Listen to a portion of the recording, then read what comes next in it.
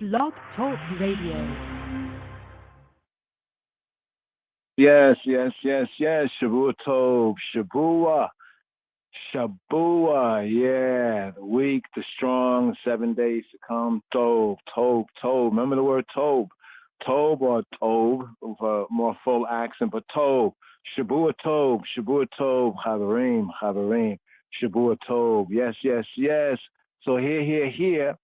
Just begin off with this double portion. Like to keep the momentum of this double portion. Hopefully ones can join I or check out the broadcast, after the full.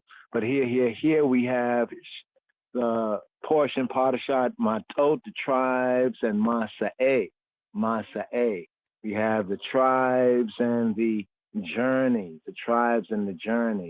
So let's push through because we got, got a double portion here, like almost like 2 sevens right here.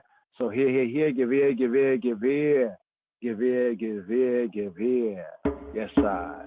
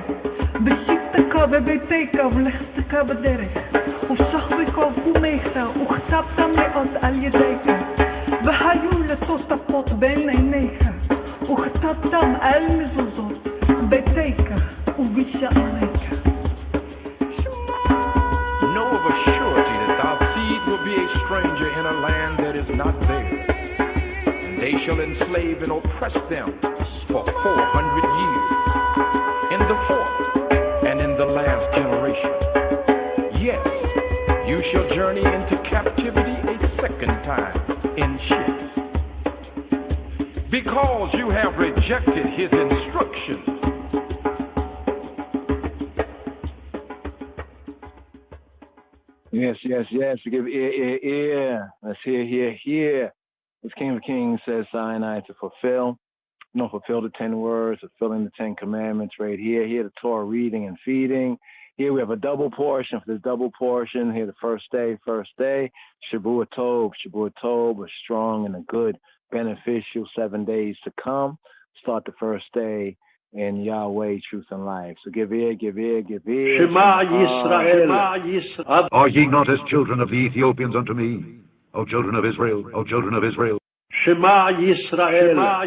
Adonai Eloheinu, Adonai Echad. Here, Shema Yisrael. Here, give ear. Here for the Shalishi Aliyah, for this Shabbat Matot. Here, picking up the fourth book of Moses, Hebrew book, called Numbers chapter 31. Here, Shema Yisrael, give ear. Here, Numbers chapter 31, verse 13, for the Shalishi Aliyah, for the third reading, the third Aliyah, the third offering. Here. Wayetzu Moshe with El-Azar ha-Kohena v'kol nesi'ei ha'edah likaratam ela miyachut lamachane. And Moses and Eleazar HaKohen, the priest, the Kahin, and all the princes of the congregation were called Nesi'ei Ha'edah, went forth to meet them without the camp. Likaratam ela miyachut lamachane.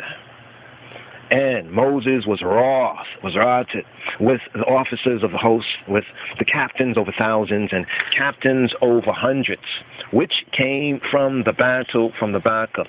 And Moshe said to them, Have y'all saved all the women alive? Behold, these caused the Bnei Yisrael, the sons, the children of Yisrael, through the counsel of Balaam, to commit trespass against the Yahweh in the matter of Peor. And there was a plague among the congregation, the aggregation of the Yahweh. Now, therefore, kill every male among the little ones. Now, therefore, kill every male among the little ones, and kill every woman that hath known man by laying sexually with him. But all the woman children that have not known a man by laying sexually with him, keep alive for yourselves. And do y'all abide without the camp 7 days. Whosoever hath killed any person, and whosoever hath touched any slain, purify both yourselves and your captives on the 3rd day and on the 7th day. And purify all your raiment, and all that is made of skins, and all work of goats' hair, and all things made of wood. And Eleazar HaKohen, Eleazar, the priest, said to the men of war which went to the battle, this is the ordinance of the law HaTorah, which the Yahweh commanded Moses. Only the gold and the silver, the brass, the iron, the tin, and the lead, everything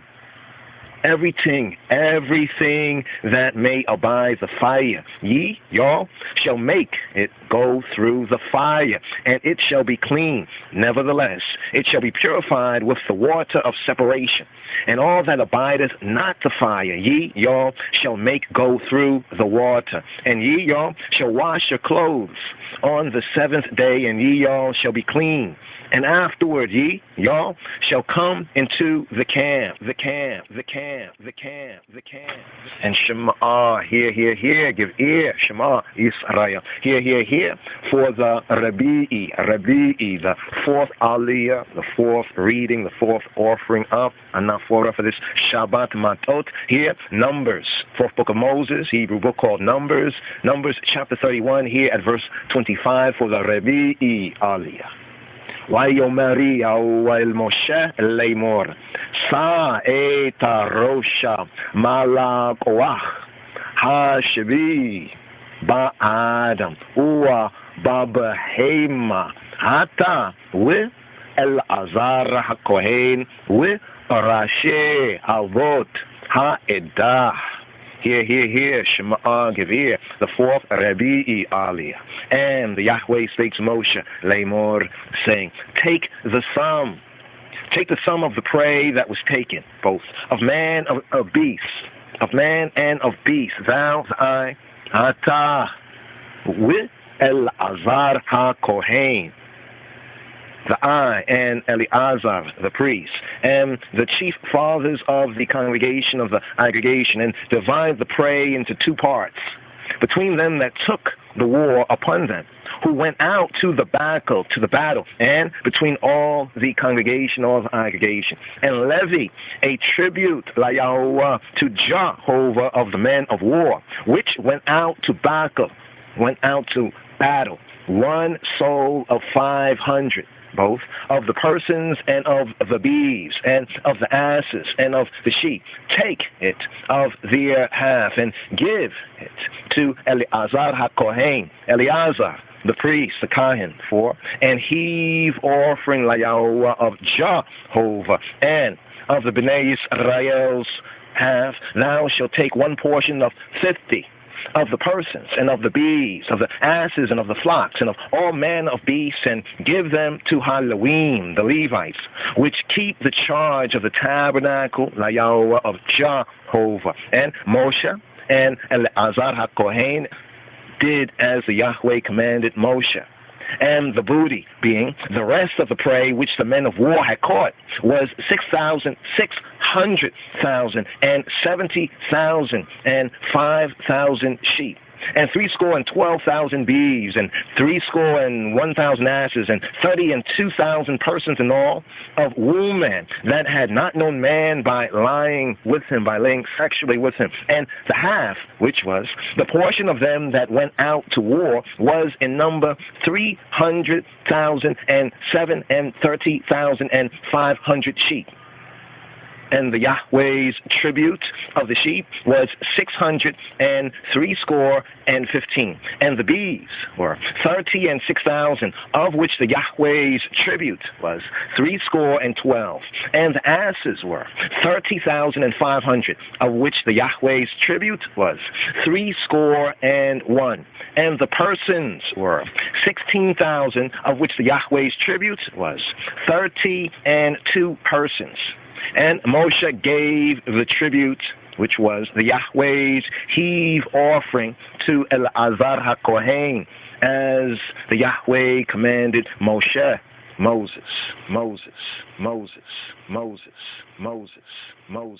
Shema Yisrael, hear, give ear for the Hamishi, for the fifth Aliyah offering up for this Shabbat Matot. Here, Numbers chapter 31, hear, Shema, give ear, here at verse 42, for the Hamishi Aliyah.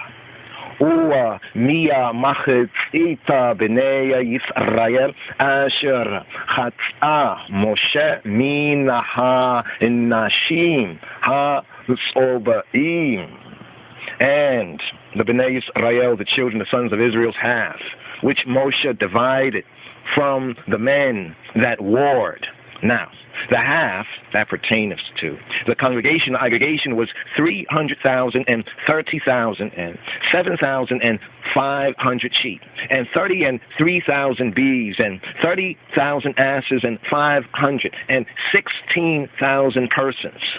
Even of the B'nai Yisrael's half, Moshe took one portion of 50, both of man and of beast, and gave them to Halloween, to the Levites, which kept the charge of the tabernacle of Yahweh, as the Yahweh commanded Moses.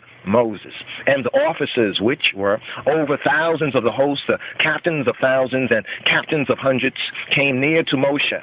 And they said to Moses, thy servants have taken the sum of the men of war which are under our charge, and there lacketh not one man of us, of I and I.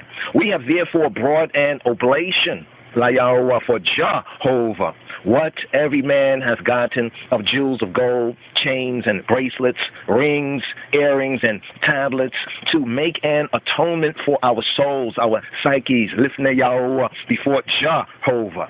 And Moshe, where Eleazar HaKohen and Eleazar, the priest, took the gold of them, even all wrought jewels, and all the gold of the offering that they offered up to Jehovah, of the captains of thousands and of the captains of hundreds, was 16,750 shekels. For the men of war had taken spoil, every man for himself. And Moshe with Eleazar HaKohen, Eleazar, the priest, the Kohen, took the gold of the captains of thousands and hundreds, and brought it into the tabernacle of the congregation aggregation for a memorial for the B'nai Yisrael, for the sons, for the children of Yisrael, Lifnei Yahuwah, before Jehovah.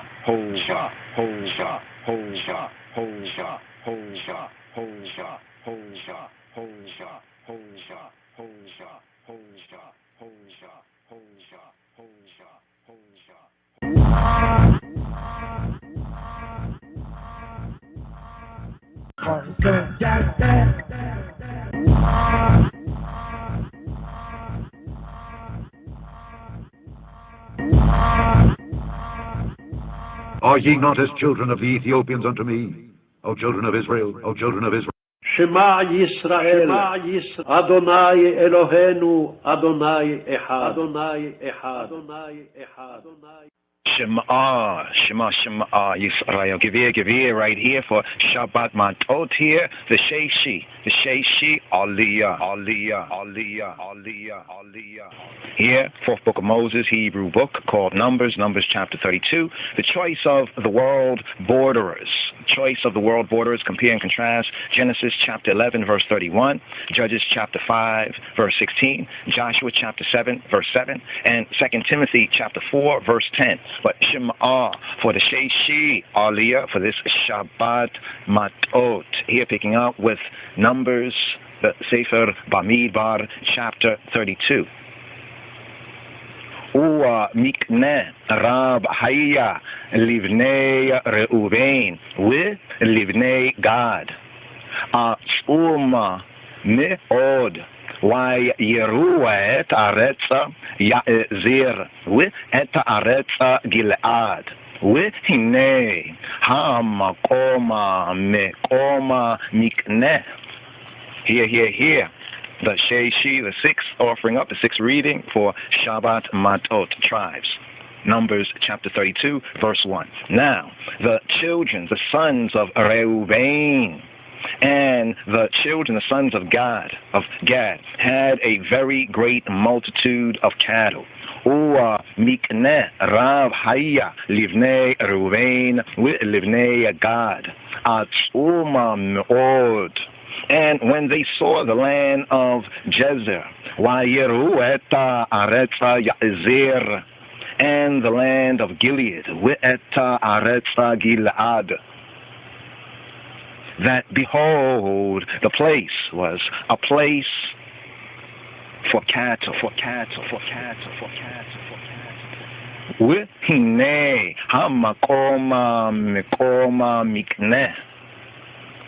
The children, the sons of Gad, and the children, the sons of Reuven, came and spake to Moses, and to Eleazar HaKohen, Eleazar, the priest, the Kohen, and to the princes of the congregation, saying, Atarot and Dibon and Jazer and Nimrah and Heshbon and Elialeh and Sheba and Nebo and Beon, even the country which the Yahweh Jehovah smote before the congregation of Israel is a land for cattle, and thy servants have cattle. Wherefore, said they, if we, I and I, have found grace in thy sight, let this land be given to thy servants for possession, and bring us, I and I, not over Yarden, and bring us not over Jordan. And Moshe said to the Bnei Gad, the children of Gad, and to the Bnei Reuven, the children, the sons of Reuben, shall your brethren go to war? And shall ye all sit here? And wherefore discourage ye all the heart of the Bnei Yisrael, the sons, the children of Israel, from going over into the land which the Yahweh hath given them? Thus did your fathers when I sent them from Kadesh Barnea to see the land. For when they went up to the valley of Eshcol and saw the land, they discouraged the heart of the Bnei Yisrael. They discouraged the heart of the sons of Yisrael, that they should not go into the land which the Yahweh had given them.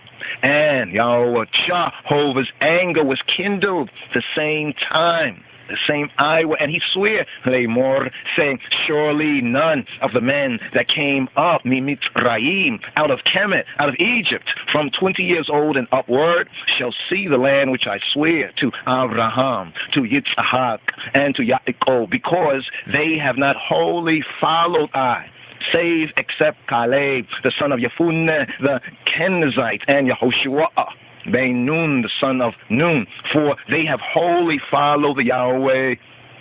And Yahweh's Jehovah's anger was kindled against Israel, and he made them wander Bamidbar in the wilderness 40 years, until all the generation that had done evil in the sight of the Yahweh was consumed. And nay, behold, look and see, here it is. Ye, y'all are risen up in your father's stead, an increase of sinful, of uckful men, to augment yet the fierce anger of the Yahweh toward Israel.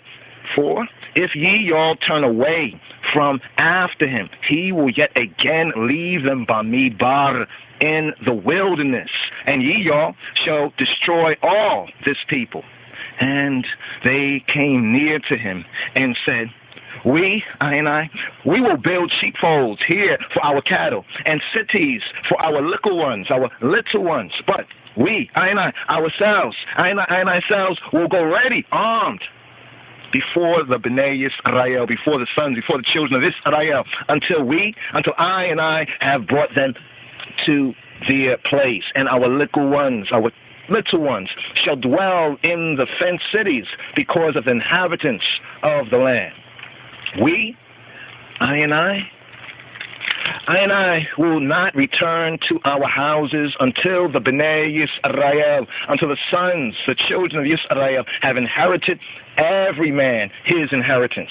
For we will not inherit with them on yonder side Yarden, on yonder side Jordan, or farward, because our inheritance is fallen to us on this side Yarden, this side Jordan, eastward, eastward, eastward, eastward, eastward, eastward. Shema, hear, hear, hear, hear, hear, hear, give ear. Here for the Shabi'i Aliyah, here for the 7th Aliyah, for this Shabbat Matot. Here picking up at verse 20, 4th book of Moses, Hebrew book called Numbers chapter 32, verse 20. Here, Shema, give ear for the Shabi'i Aliyah, for the 7th offering up, the 7th reading for this Shabbat Matot. Vayomer Eleihem Moshe ima ta'isun את הדבר הזה אם תייחלצו לפני יהוה למלחמה. And Moshe said to them, if y'all will do this thing, Vayomer Eleihem Moshe, and Moses said to them, אם תעשו את הדבר הזה, if y'all will do this thing, if y'all will go armed before the Yahweh to war, אם תעשו את הדבר הזה, אם תחלצו לפני יהוה למלחמה, and will go all of you armed over Jordan, over Yarden, lifnei Yahweh, before Jehovah, until he have driven out his enemies from before him, and the land be subdued, lifnei Yahweh, before Jehovah. Then afterward ye, y'all, shall return and be guiltless, lifnei Yahweh, before Jehovah, and lifnei Israel, and before Israel. And this land shall be your possession, lifnei Yahweh, before Jehovah. But if y'all will not do so, hine, look, see, behold, ye y'all have sinned, have ucked up all Yahweh before Jehovah, and be sure your sin, your uckery will find you out. Build you cities for your little ones, and folds for your sheep, and do that which hath proceeded out of your mouth. And the Bnei Gad, the children, the sons of Gad, and the Bnei Reuven, the sons of Reuben, spake to Moshe, saying, thy servants will do as my Lord commanded. Our little ones, our wives, our flocks, and all our cattle shall be there in the cities of Gilead. But thy servants will pass over, every man armed for war, lifnei Yahweh la milchama, before Jehovah to battle, as Adoni, as my Lord saith. So concerning them, Moshe commanded Eleazar HaKohen, Eleazar the priest, and Yehoshua ben Nun, Joshua the son of Nun, and the chief fathers of the tribes of the Bnei Yisrael. And Moses said to them, if the Bnei Gad, if the sons of Gad and the Bnei Reuben and the sons of Reuben will pass with you over Jordan, over Yarden, every man armed to battle, lifnei Yahweh, before Jehovah, and the land shall be subdued before you, then ye y'all shall give them the land of Gilead, for a possession. But if they will not pass over with you armed, they shall have possessions among you in the land of Canaan. And the Bnei Gad and the Bnei Reuven answer, saying, as Jehovah hath said to thy servants, so will we do, so will I do. I and I, we will pass over armed, lifnei Yahweh, before Jehovah, into the land of Canaan, that the possession of our inheritance on this side Jordan, this side Yarden, may be ours, I and I's. And Moshe gave to them, even to the Bnei Gad, the sons of Gad, and the Bnei Reuven, and the children of Reuben, and to half the tribe of Manasseh, the son of Joseph, the kingdom of Sihon, of Sihon, king of the Amori, the Amorites, and the kingdom of Og, king of Bashan, the land, with the cities thereof in the coast, even the cities of the country round about. And the children of Gad built Dibon and Atarot and Aroer, and Atarot, Shofan, and Jaazir, and Jogabeha, and Beth Nimrah, and Beth Haran, fenced cities and folds for sheep. And the Bnei Reuben, the sons, the children of Reuben, built Heshbon, and Eli'aleh, and Kiriatayim, and Nebo, and Baal Meon, their names being changed, and Shibmah, and gave other names to the cities which they builded. And here, for the maftir, for this Shabbat Matot, here, at verse 39, give ear. Why yelku b'nei makir ben Menashe Gilada, why yilkduha, why yoresha etaha ea mori asher baha. And the children of Makir, the son of Manasseh, went to Gilead and took it and dispossessed the Amorite, Ha'emori, which was in it. And Moses gave Gilead to Makir, the son of Manasseh, and he dwelt therein. And Yair, the son of Manasseh, went and took the small towns thereof and called them Havot Yair. And Nobah went and took Kenath and the villages thereof, and called it Nobah, after his own name. And here, thus completing the 42nd reading right here from Numbers, the fourth book of Numbers, the 42nd. Shem Ha'av V'Habein Ruach Kadosh. Glory be to the Father, the Son, the Holy Spirit. Glory be. Glory be. We're going to ride up here. First words for this double course.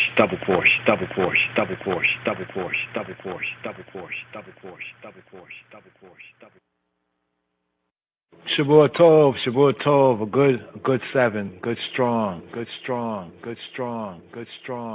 sabbatically speaking. Yes, I. Shalom, Chaverim, shalom. Give thanks. For this double course.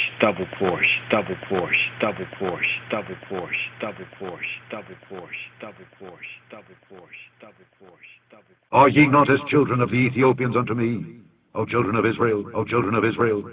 Shema Yisrael, Adonai Eloheinu, Adonai Echad. Baruch Ata Adonai. Rastafari. Baruch Ata Adonai. Rastafari. Kabur lekalu, kabur ledimsu, kabur lahailu.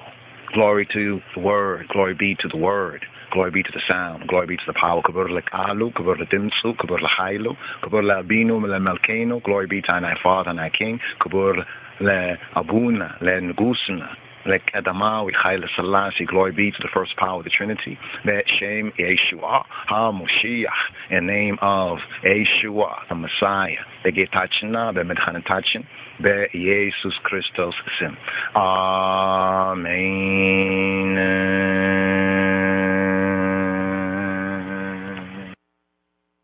Bring forth the Bible. Bring forth the Bible. Bring forth the Bible. Bring forth the Bible. Bring forth the Bible. Bring forth. Shema Yisrael, here, give ear. Hebrew first words right here for this Shabbat Masei. Here, picking up with the Mem, Gimel, Mem, Gamel, the 43rd and the final Parsha from the fourth book of Moshe, the Hebrew book called Numbers from the Sefer Bamidbar. Here, picking up with Numbers chapter 33, the Rishon Aliyah. First Aliyah for Shabbat Masei, and the last Torah portion reading and feeding here in this fourth book of Moshe. the Hebrew book, the Sefer Bamidbar, called Numbers. The summary of the journeys from Egypt, from Mitzrayim, from Kemet to the Yarden, to the Jordan. B'Shem Ha'ab, Ve'Habein, Ve'Ruach HaKadosh Yahweh Echad.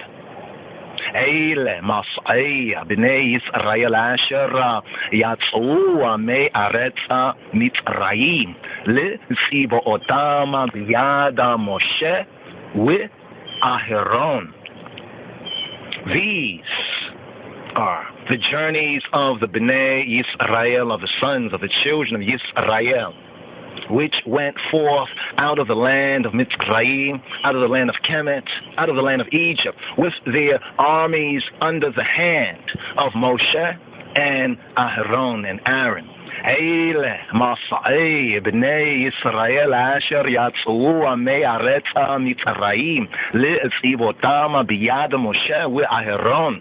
And Moses wrote their goings out according to their journeys by the command of Yahweh. And these are their journeys according to their goings out.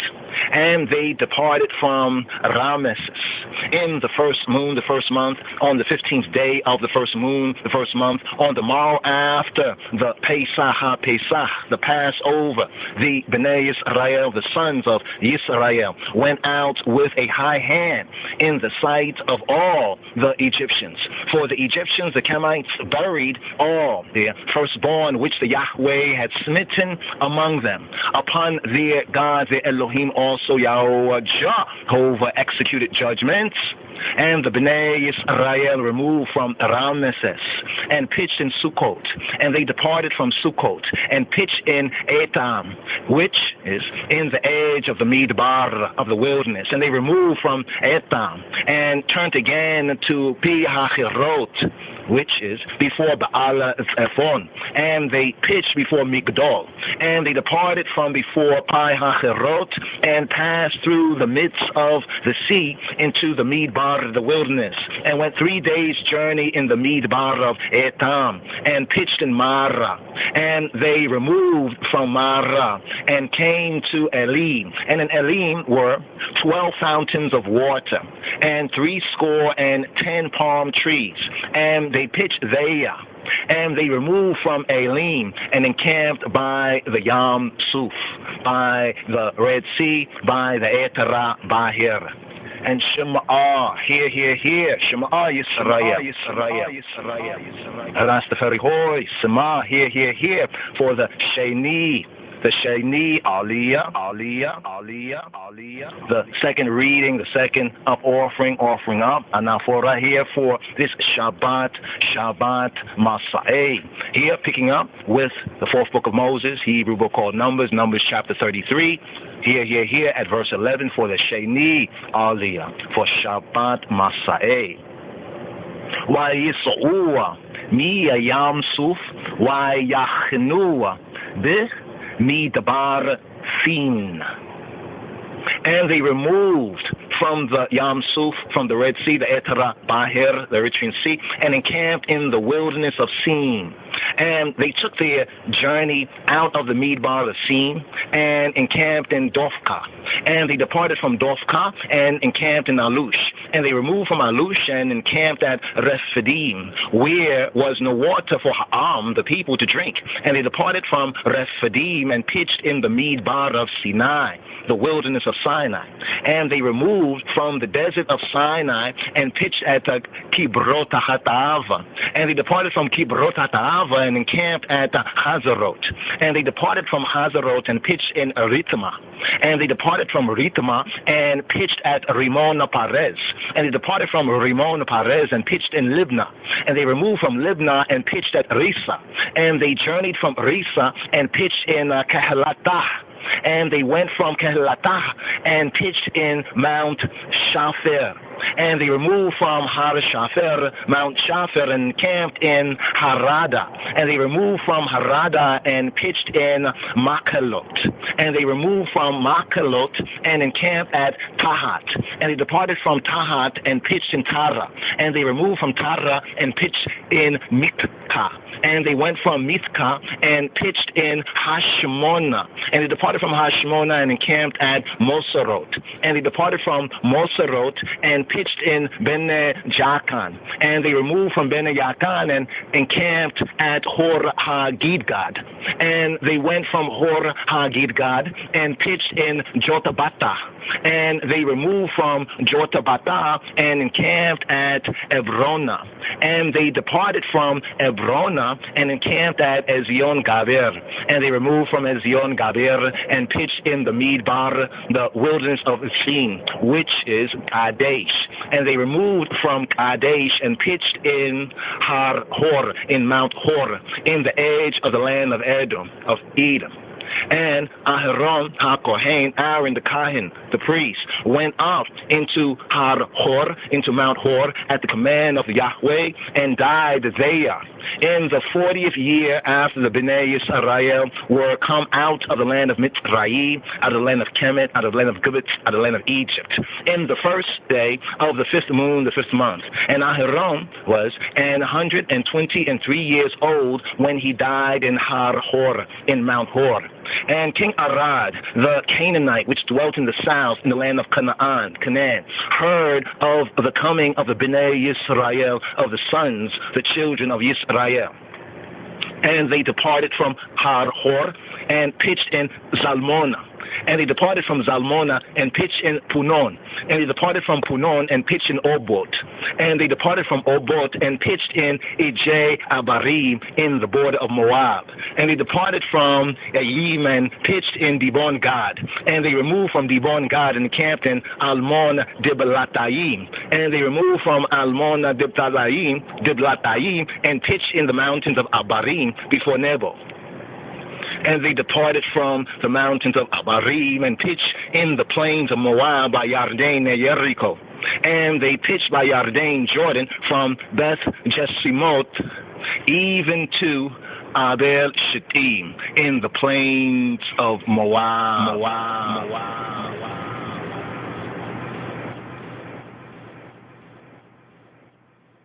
Are ye not as children of the Ethiopians unto me, O children of Israel, O children of Israel?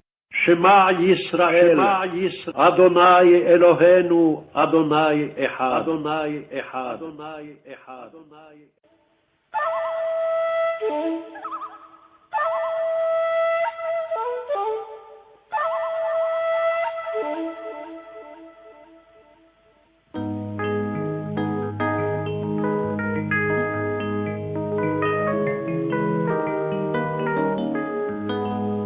Baruch Ata Adonai,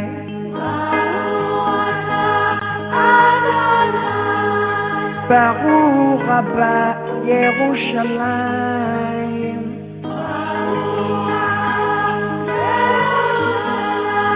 Baruch Ata Adonai,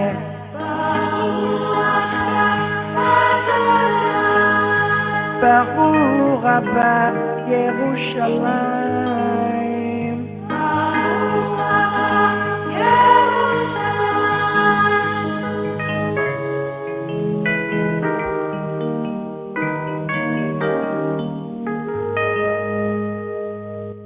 Shema Yisrael, Adonai Eloheinu, Adonai Echad, Adonai Echad. Kadamawi. Inflacia.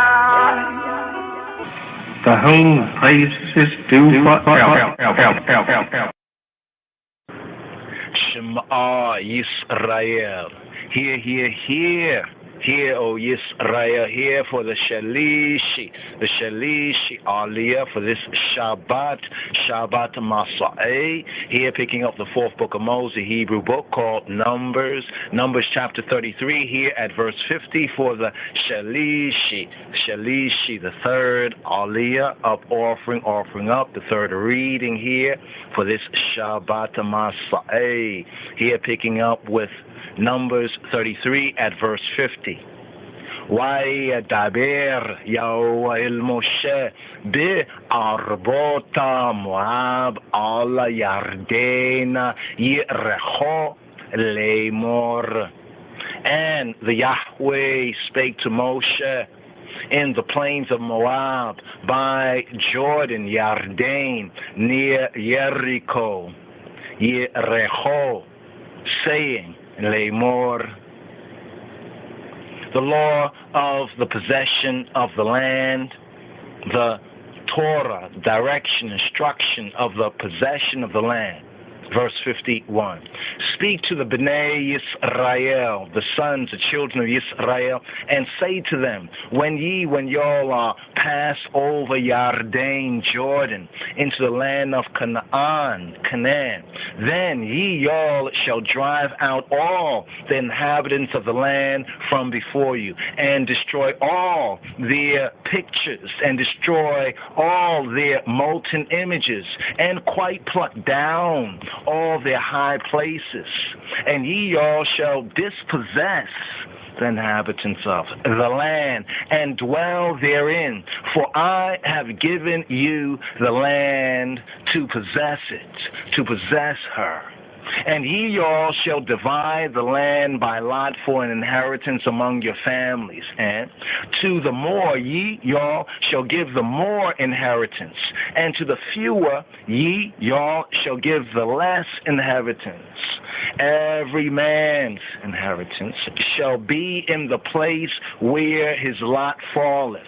According to the tribes of your fathers, y'all shall inherit.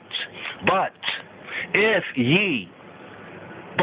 y'all will not drive out the inhabitants of the land from before you, then it shall come to pass that those which y'all let remain of them shall be pricks in your eyes and thorns in your sides, and shall vex you in the land wherein y'all dwell. Moreover, it shall come to pass that I shall do to you as I thought to do to them. Shema, hear, Shema Yisrael, Gevir, Numbers chapter 34. Preparations to enter the land.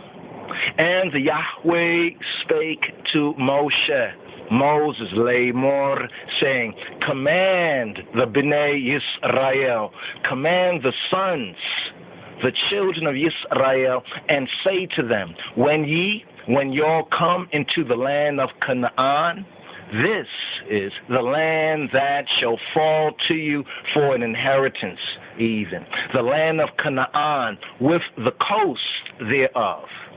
Then your south quarter shall be from the Midbar, the wilderness of Zin, along by the coast of Edom. And your south border shall be the outmost coast of the Salt Sea eastward. And your border shall turn from the south to the ascent of Akrabim, and pass on to Zin. And the going forth thereof shall be from the south to Kadesh Barnea, and shall go on to Hazar Adar, and pass on to Azmon. And the border shall fetch a compass from Azmon to the river of Mitzrayim, to the river of Kemet, the river of Egypt. And the goings out of it shall be at the sea. And as for the western border, y'all shall even have the great sea for a border. This shall be your west border, and this shall be your north border. From the great sea y'all shall point out for you Har Hor, Mount Hor, and from Har Hor, Mount Hor, y'all shall point out your border to the entrance of Hamat. And the going forth of the border shall be to Zedad. And the border shall go on to Zifron. And the goings out of it shall be at Hazar Enan. This shall be your north border. And y'all shall point out your east border from Hazar Enan to Shepham. and the coast shall go down from Shepham to Riblah on the east side of Ain, and the border shall descend and shall reach to the side of the sea of Kinneret eastward. And the border shall go down to Yarden, down to Jordan, and the goings out of it shall be at the salt sea. This shall be your land with the coast thereof round about. And Moses commanded the Bnei Yisrael lemor, saying, This is the land which ye y'all shall inherit by lot, which Yahweh Jehovah commanded to give to the 9 tribes and to the half tribe. For the tribe of the Bnei Reuben, the sons, the children of Reuben, according to the house of their fathers, their patriarchs, and the tribe of the Bnei Gad, the children of Gad, according to the house of their fathers, their patriarchs, have received their inheritance. And half of the tribe of Manasseh, have received their inheritance.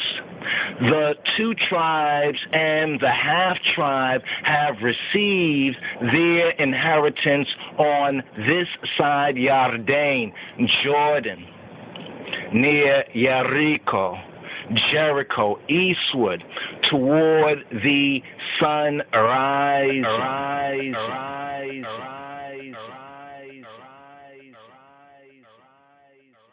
And Shema Yisrael, Adonai. Are ye not as children of the Ethiopians unto me? Shema Yisrael, Adonai Eloheinu, Adonai Echad. Adonai Echad. Adonai Echad. There's a lot of work to be done, oh God, in the promised land.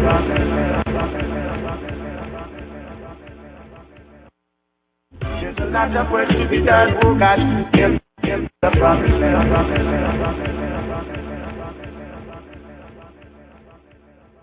And Shema, give ear, hear, Shema Yisrael,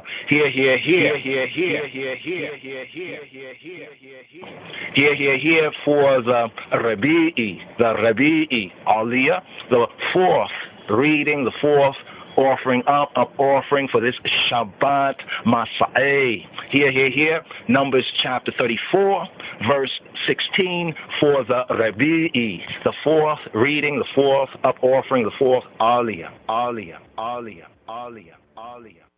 Vaydaber Yahweh el Moshe lemor, and the Yahweh spake to Moses lemor, saying, Eile Shemot ha-enashim asher yinahalu lakem et haaretz el-Azar ha-Kohen v'Yahoshua bin Nun. These are the names. Eile Shemot. These, the names. Eile Shemot. These are the names of the men which shall divide the land to you. Eile Shemot ha-nashim asher yinahalu lakem et haaretz. Eleazar, the priest, and Yehoshua, the son of Nun. El-Azar ha-Kohen, we Yehoshua bin Nun. And ye, y'all, shall take one prince of every tribe to divide the land by inheritance. And the Shemot, the names of the men, are these. Of the tribe of Yehuda, Caleb, the son of Yefunne. And of the tribe of the Bnei Simeon, Shemuel, the son of Amihud. Of the tribe of Benjamin, Elidad, the son of Chislom. And the prince of the tribe of the Bnei Dan, the children of Dan, Buki, the son of Jogli. the prince of the Bnei Yosef, the children of Joseph, for the tribe of the Bnei Manasseh, the children, the sons of Manasseh, Chiniel, the son of Ephod. And the prince of the tribe of the Bnei Ephraim, the sons of Ephraim, Kemuel, the son of Shiftan. And the prince of the tribe of the Bnei Zebulun, the sons of Zebulun, Eliazaphan, the son of Parnach. And the prince of the tribe of the children of Yissachar, the children of Yissachar, Paltiel, the son of Azan. And the prince of the tribe of the children of Asher, Achihud, the son of Shalomi. And the prince of the tribe of the Bnei Naphtali, the sons of Naphtali, Pedahel, the son of Amihud. These are they, whom Yahweh Jehovah commanded to divide the inheritance to the Bnei Yisrael, the sons of Israel, in the land of Canaan.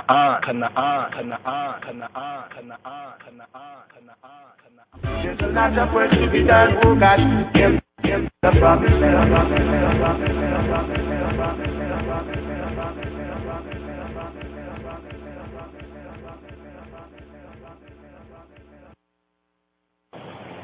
And Shema, here, give ear right here. Fourth book of Moses, Hebrew book called Numbers, chapter 35. And here for the Hamishi, for the fifth reading, the Hamishi Aliyah, the fifth up offering for this Shabbat Masei, Numbers chapter 35. The cities of refuge. The cities of refuge. וידבר יהוה אל משה בערבות מואב על ירדן ירחו לאמור. And Yahweh Jehovah spake to Moses in the plains of Moab by Yarden, by Jordan, near Yericho, Jericho, Lamor, saying, command the Bnei Yisrael, the sons, the children of Yisrael, that they give to Halloween, to the Levites of the inheritance of their possession, cities to dwell in. And ye all shall give also to Halloween, to the Levites, suburbs for the cities round about them. And the cities shall they have to dwell in, and the suburbs of them shall be for their cattle, and for their goods, and for all their beasts. And the suburbs of the cities which ye shall give to Halloween shall reach from the wall of the city and outward 1,000 cubits round about. And ye all shall measure from without the city on the east side 2,000 cubits, and on the south side 2,000 cubits, and on the west side 2,000 cubits, and on the north side 2,000 cubits. And the city shall be in the midst. This shall be to them the suburbs of the cities.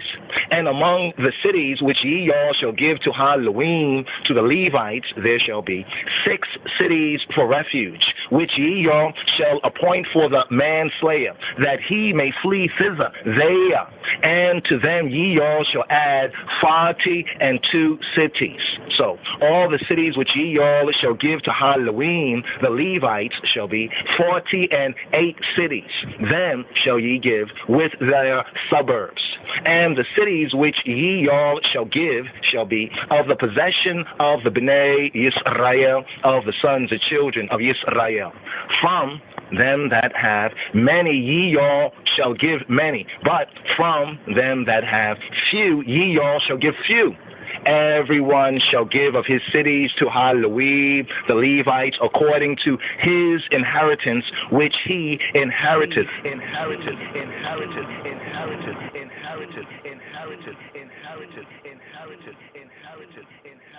Are ye not as children of the Ethiopians unto me, O children of Israel, O children of Israel? Shema Yisrael, Adonai Eloheinu, Adonai Echad, Adonai Echad. There's a lot of work to be done, oh God, in the promised land. Shema Yisrael, hear, O Israel, hear, give ear. Shema, the Sheishi Aliyah, the 6th up offering up the Sheshi Aliyah, the sixth reading here for this Shabbat Masei. Here picking up with the fourth book of Moshe, Hebrew book called Numbers chapter 35 and 9 for the Sheshi. Here, Numbers chapter 35 at verse 9 for the Sheshi, the sixth reading, the sixth Aliyah of offering up for this Shabbat Masei, Sabbath journeys. Vaydaber Yahweh Moshe Leimor, and the Yahweh spake to Moshe, saying, Daber el bnei Yisrael, ve'amarta elehem, ki atem Obarim eta hayarden arza kudnaan.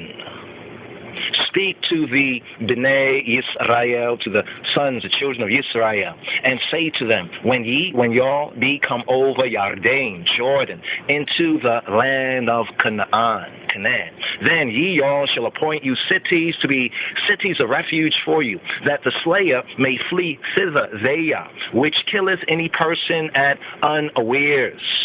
And they shall be to you cities for refuge from the avenger, that the manslayer die not, until he stand before the congregation, the aggregation, in judgment. And of these cities which ye all shall give, 6 cities shall ye all have for refuge. Ye shall give 3 cities on this side Yarden, this side Jordan, and 3 cities shall ye all give in the land of Canaan, in the land of Canaan, which shall be cities of refuge. These 6 cities shall be a refuge, both for the Bnei Yisrael, the sons, the children of Yisrael, and for the stranger, and for the sojourner among them, that everyone that killeth any person unawares may flee thither there. And if he smite him with an instrument of iron so that he die, he is a murderer. The murderer shall surely be put to death. And if he smite him with throwing a stone wherewith he may die, and he die, he is a murderer. The murderer shall surely be put to death. Or if he smite him with a hand weapon of wood wherewith he may die, and he die, he is a murderer. The murderer shall surely be put to death. The revenger of blood himself shall slay the murderer when he meeteth him. He shall slay him. But if he thrust him of hatred, or hurl at him by lying in wait that he die, or in enmity, hatred, smite him with his hand that he die, he that smote him shall surely be put to death, for he is a murderer. The revenger of blood shall slay the murderer when he meeteth him. But if he thrust him suddenly without enmity, or have cast upon him anything without laying of weight, or with any stone wherewith a man may die, seeing him not, and cast it upon him that he die, and was not his enemy, neither sought his harm, then the congregation, the aggregation, shall judge between the slayer and the revenger of blood according to these judgments. And the congregation, the aggregation, shall deliver the slayer out of the hand of the revenger of blood, and the congregation, the aggregation, shall restore him to the city of his refuge, whither where he was fled, and he shall abide in it to the death of the high priest, which was anointed with the holy oil. But if the slayer shall at any time come without the border of the city of his refuge, whither where he was fled, and the revenger of blood find him without the borders of the city of his refuge, and the revenger of blood kill the slayer, he shall not be guilty of blood, because he should have remained in the city of his refuge until the death of the high priest. But after the death of the high priest, the slayer shall return into the land of his possession. So these things shall be for a statute of judgment to you throughout your generations in all your dwellings. Whoso killeth any person, the murderer, shall be put to death by the mouth of witnesses. But one witness shall not testify against any person to cause him to die. Moreover, ye all shall take no satisfaction for the life of a murderer, which is guilty of death, but he shall be surely put to death. And ye all shall take no satisfaction for him that is fled to the city of his refuge, that he should come again to dwell in the land until the death of the priest, ha-kohen, the kahin. So ye all shall not pollute the land wherein ye all are. For blood, it defileth the land, and the land cannot be cleansed of Hadam, of the blood that is shed therein, but by Hadam, the blood of him that shed it. Defile not therefore the land which ye all shall inhabit, wherein I dwell. Ki ani Yahweh, for I be he who he dwell among the Bnei Israel, the sons, the children of Israel.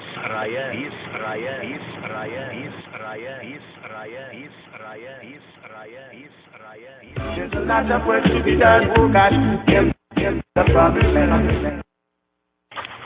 Hear, hear, hear, Shema, give ear, and hear, hear, hear, for the Shabi'i. The Shabi'i, Aliyah, the seventh reading, the seventh up offering, Aliyah for this Shabbat, Masei. Here, picking up with the fourth book of Moses, the Hebrew book, that is called Numbers chapter 36, as to inheritance. And hear, hear, hear, Shema, give ear, for the Shabi'i, Aliyah, the seventh Aliyah, reading, offering up offering, anaphora, for this Shabbat Masei.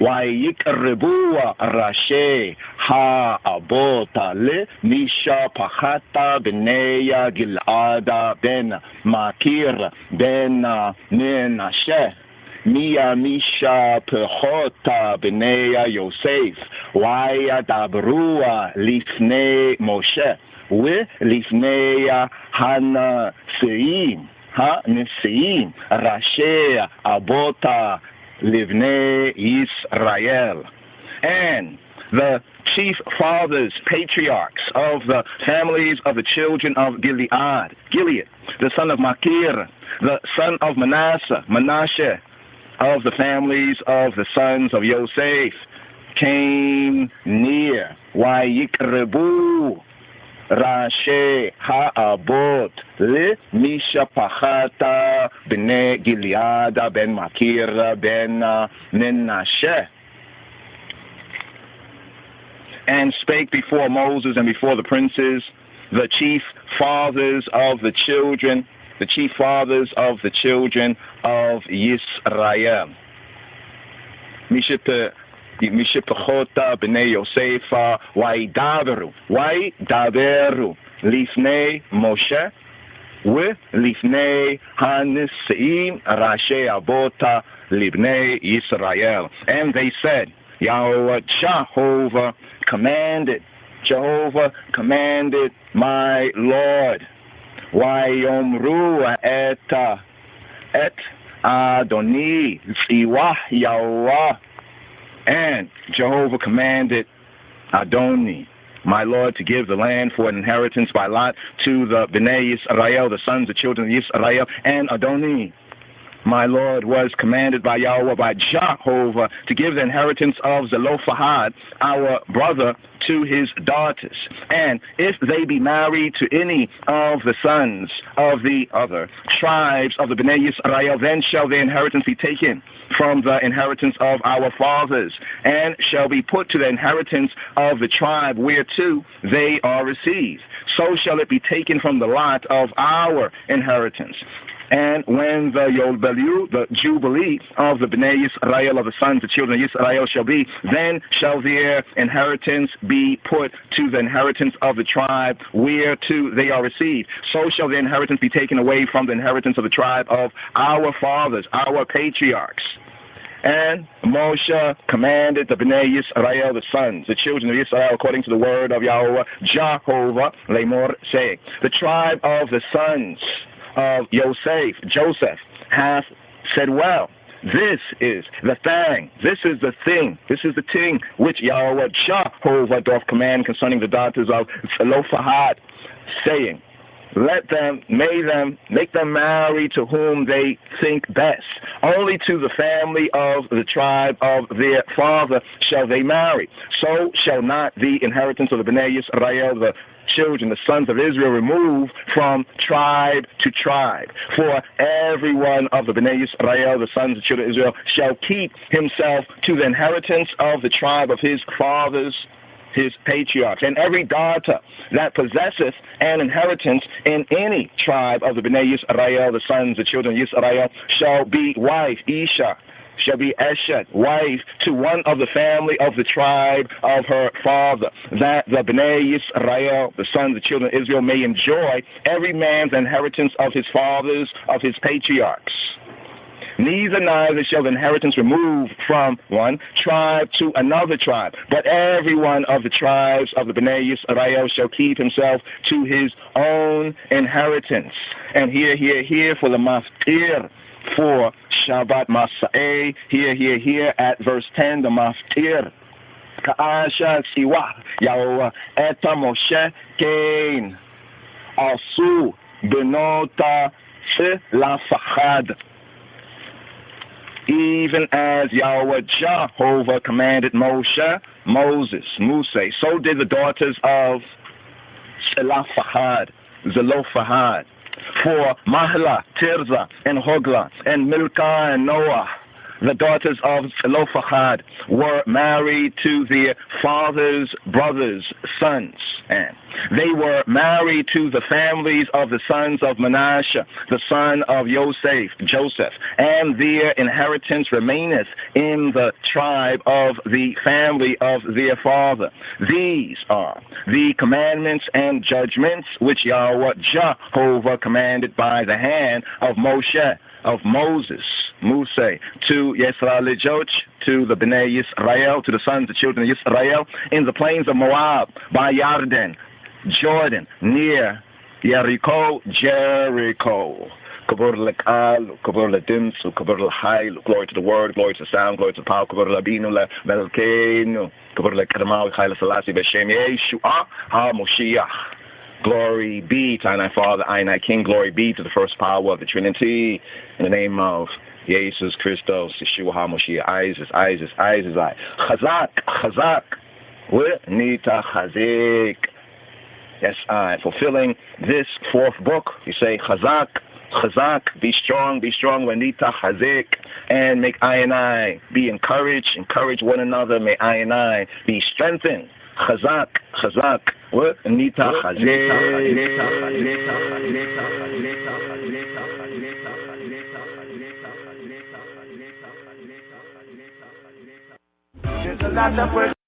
Shavua Tov, a good 7, good strong, sabbatically speaking. Yes, I. Shalom, Chaverim, shalom. Give thanks. There's a lot of work to be done, oh gosh, in the promised land. Stay tuned for the Haftarah and the Brita Hadasha Aliyot. Yes. Haftarah, the Prophet's reading coming forward. Brit Hadasha reading coming forward. Well, here's for the daughters fulfilling this book of Numbers right here. We have the 5 daughters of Zelophehad right here. Mikey General, woman of Yisrael. Yeah.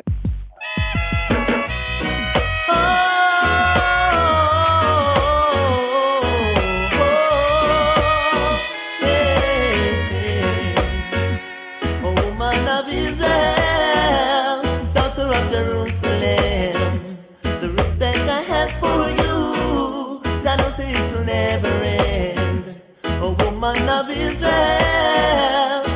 of Jerusalem, the respect I have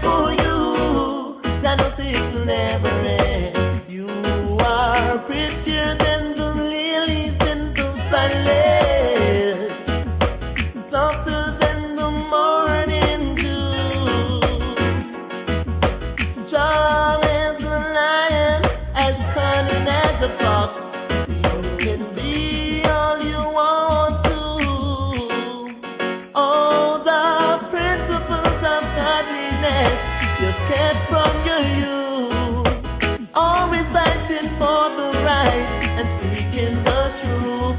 A woman of Israel, daughter of Jerusalem, the respect I have for you, cannot say it will never end.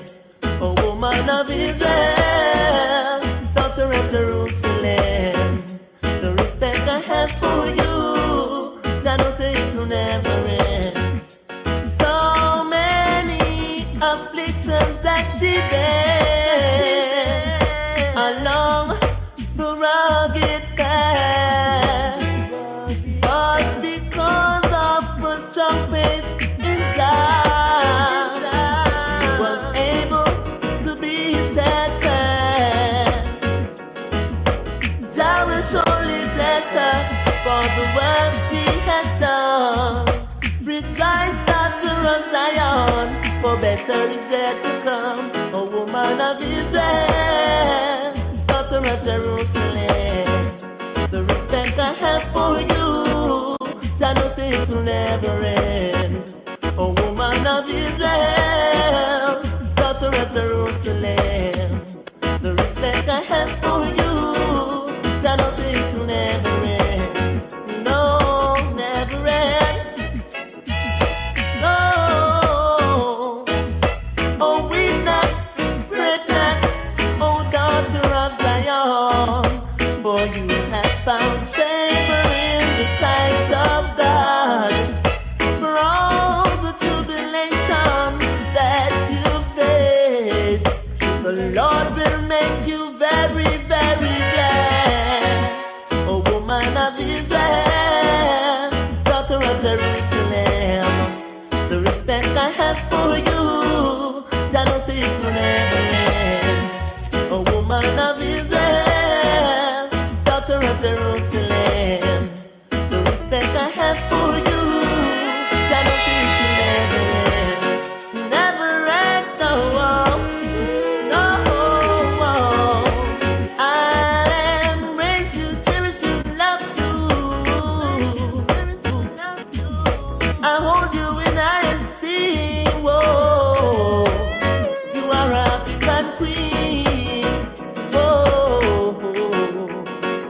You woman of Israel, daughter of Jerusalem, the respect I have for you, that no it will never. Stay tuned for the Haftarah and the Brit Hadash Aliyot. Aliyot, Aliyot, Aliyot, Aliyot, Aliyot, Aliyot, Aliyot, Aliyot, Aliyot, Aliyot, Aliyot, Aliyot.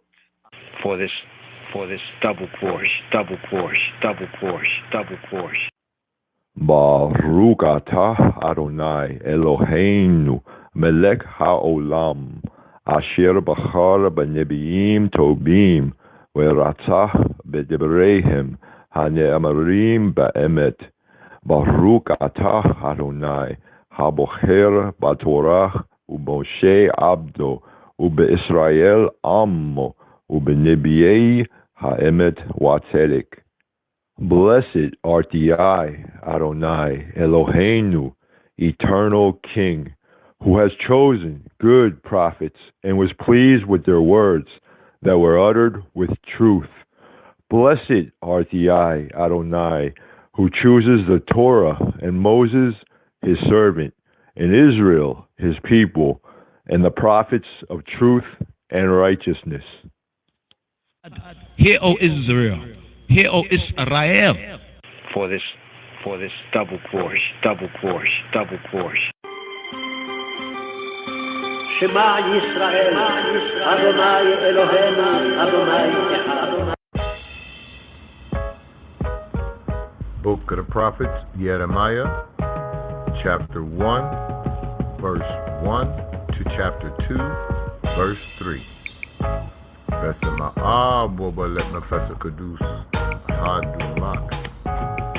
The words of Jeremiah, the son of Hilkiah, of the priests that were in Anathoth in the land of Benjamin, to whom the word of Yahweh came in the days of Josiah, the son of Ammon, king of Yehudah, in the 13th year of his reign.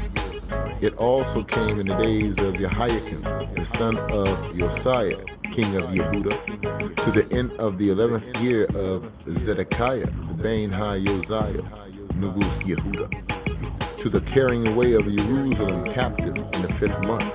Then the word of Yahweh Buduku came to me, saying, Before I formed thee in the belly, I knew thee, and before thou camest forth out of the womb, I sanctified thee, and I ordained thee a prophet to the nations.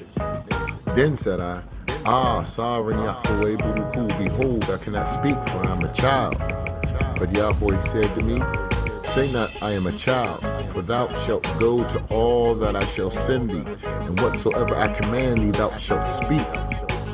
Be not afraid of their faces, for I am with thee to deliver thee, saith Yahweh Buduku. Then Yahweh put forth his hand and touched my mouth, and Yahweh said to me, Behold, I have put my words in thy mouth. See, I have this day set thee over the nations and over the kingdoms, to root out and to pull down, and to destroy and to throw down, to build and to plant. Moreover, the word of Yahweh Buduku came to me, saying, Jeremiah, what seest thou? And I said, I see a rod of an almond tree. Then said Yahweh to me, Thou hast well seen, for I will hasten my word to perform it. And the word of Yahweh Buduku came to me the second time, saying, What seest thou? And I said, I see a seething pot, and the face thereof is toward the north.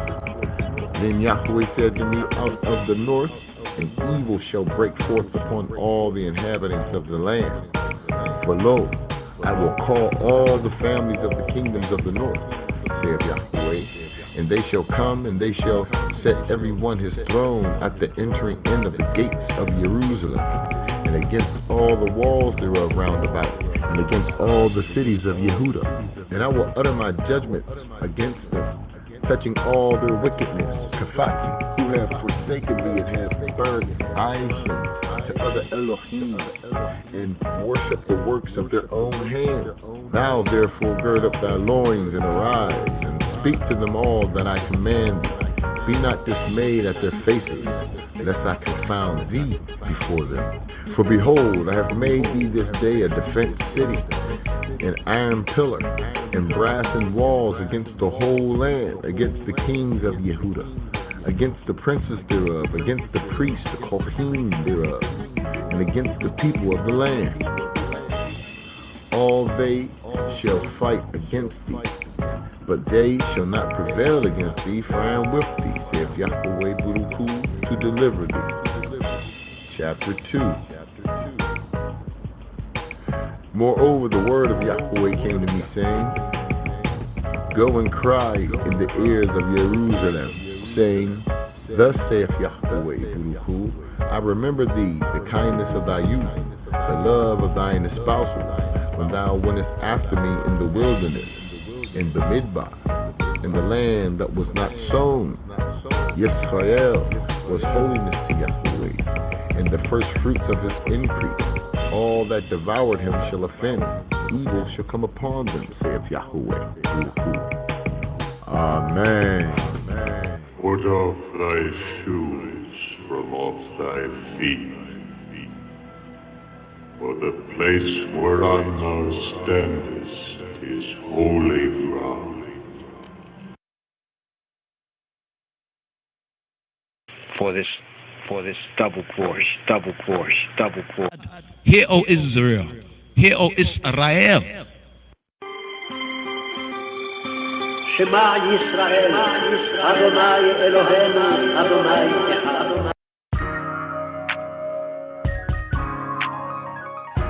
Book of Jeremiah, chapter 2, verse 4 to verse 28, and chapter 3, verse 4. That's in my Abba, let me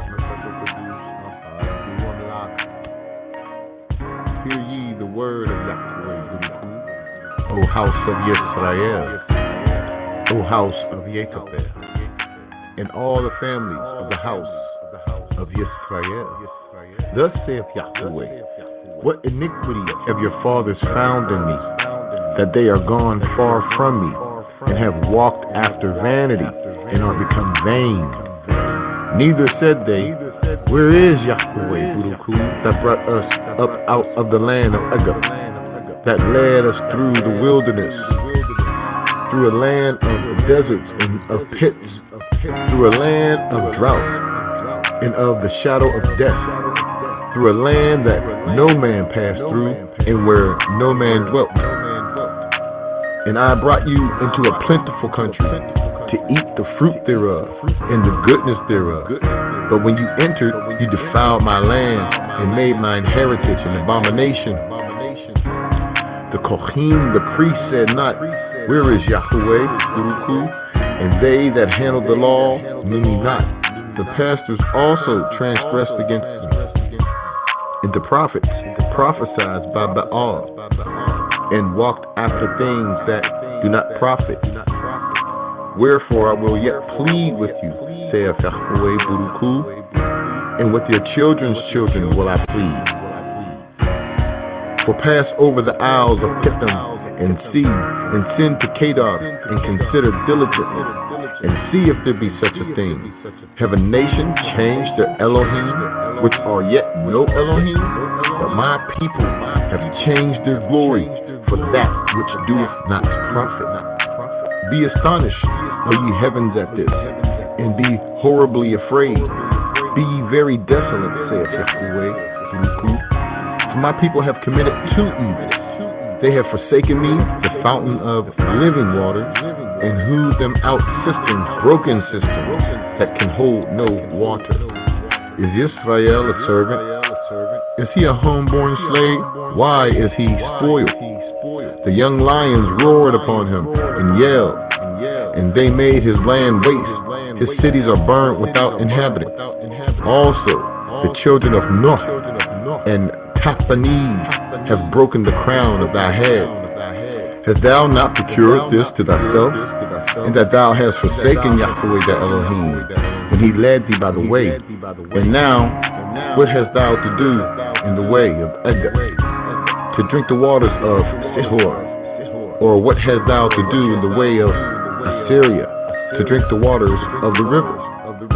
Thine own wickedness shall correct thee, and thy backsliding shall reprove thee.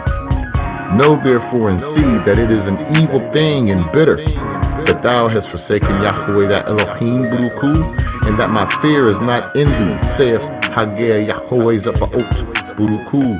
For of old time I have broken thy yoke, and burst thy bands, and thou saidest, I will not transgress, when upon every high hill and under every green tree thou wanderest playing the harlot. Yet I had planted thee a noble vine, wholly a right seed. How then art thou turned into the degenerate plant of a strange vine to me? For though thou wash thee with nitre, and take thee much soap, yet thine iniquity is marked before me, saith the Master Yahweh Buruku. How canst thou say, I am not polluted? I have not gone after Balaam. See thy way in the valley, know what thou hast done. Thou art a swift dromedary, traversing her ways, a wild ass used to the wilderness, that snuffeth up the wind at her pleasure. And her occasion, who can turn her away? All they that seek her will not weary themselves. In her month they shall find her. Withhold thy foot from being unshod, and thy throat from thirst. But thou saidest, there is no hope. No, for I have loved strangers, and after them will I go. As a thief is ashamed when he is found, so is the house of Israel ashamed. They, their kings, their princes, and their priests, and their prophets, saying to a stock, thou art my father, and to a stone, thou hast brought me forth. For they have turned their back to me, and not their face. But in the time of their trouble, they will say, arise, and save us. But where are thy Elohim that thou hast made thee? Let them arise if they can save thee in the time of thy trouble. For according to the number of thy cities are thy Elohim, O Yehuda. Chapter 3, verse 4. Wilt thou not from this time cry to me, my father? Thou art the guide of my youth. Amen. Kebole kwalu, kebole demsu, kebole haimu, kebole ketumawe haile shalati, begins to its open, soon because Abijara, elected himself. Rastafari.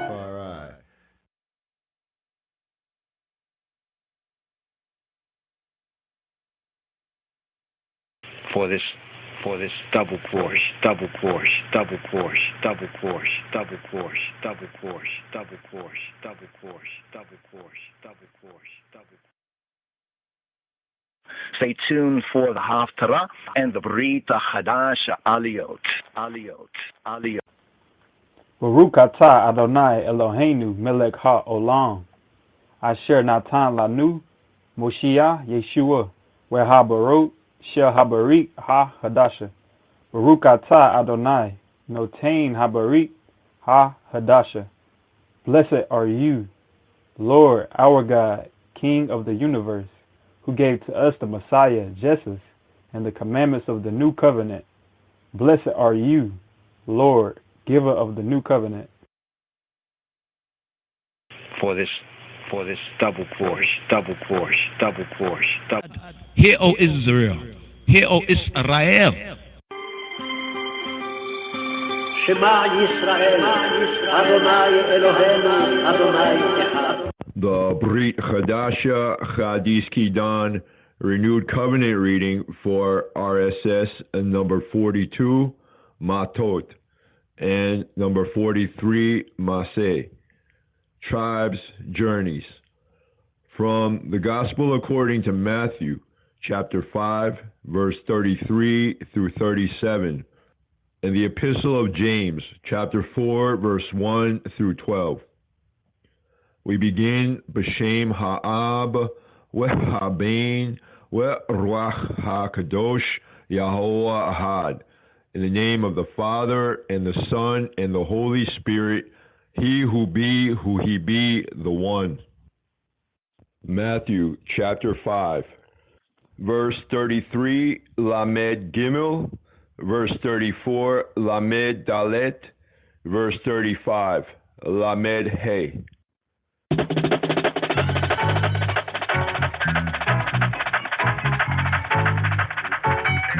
Od Shemaitem ki ne'amar larishonim lo tishabah lashakar ve'shalem le'yaoh shebuateka wa ani omer lakem lo tishabau kol shebua lo bashamayim ki kisei Elohim hema ve'lo ba'aretz ki hadom raglayu hi ולא בירושלים, כי היא קריית מלך רב. Again, ye have heard that it has been said by them of old time, Thou shalt not forswear thyself, but shalt perform to Yahweh thine oaths. But I say to you, swear not at all, neither by heaven, for it is Elohim's throne, nor by the earth, for it is his footstool, neither by Jerusalem, for it is the city of the great king. Neither shalt thou swear by thy head, because thou cannot make one hair white or black. But let your communication be yea, yea, nay, nay. For whatsoever is more than these cometh of evil.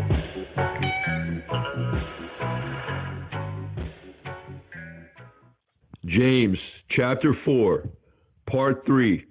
The rebuke of worldliness. Verse 1, Aleph. Verse 2, Beit. Verse 3, Gimel.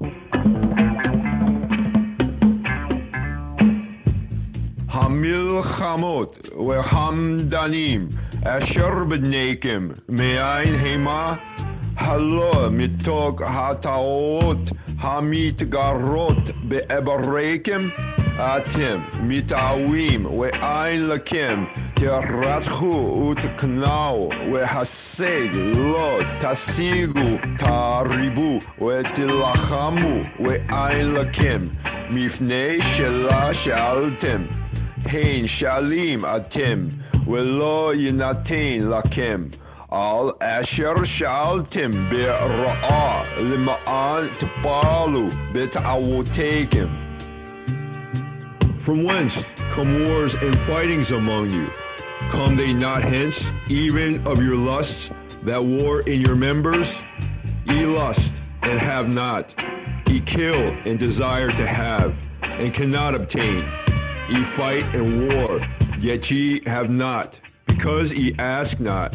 Ye ask and receive not, because ye ask amiss, that ye may consume it upon your lusts. Ye adulterers and adulteresses, know ye not that friendship of the world is enmity with Elohim? Whosoever therefore will be a friend of the world is the enemy of Elohim. Do ye think that the scripture saith in vain, the spirit that dwelleth in us lusteth to envy, but he giveth more grace. Wherefore he saith, Elohim resisteth the proud, but giveth grace to the humble. Submit yourselves therefore to Elohim. Resist the devil, and he will flee from you. Draw nigh to Elohim, and he will draw nigh to you. Cleanse your hands, ye sinners, and purify your hearts, ye double-minded. Be afflicted, and mourn, and weep. Let your laughter be turned to mourning, and your joy to heaviness. Humble yourselves in the sight of Yahweh, and he shall lift you up. Speak not evil one of another, brethren. He that speaketh evil of his brother, and judges his brother, speaketh evil of the law, and judgest the law. But if thou judge the law, thou art not a doer of the law, but a judge. There is one lawgiver, who is able to save and destroy. Who art thou, that thou judgest another? Go to now, ye that say, today or tomorrow we will go into such a city, and continue there a year, and buy and sell and get gain, whereas ye know not what shall be on the morrow. For what is your life? It is even a vapor that appeareth for a little time, and then vanishes away. For that ye ought to say, if Yahweh will, we shall live, and do this or that. But now ye rejoice in your boastings. All such rejoicing is evil. Therefore to him that knoweth to do good, and doeth it not, to him it is sin.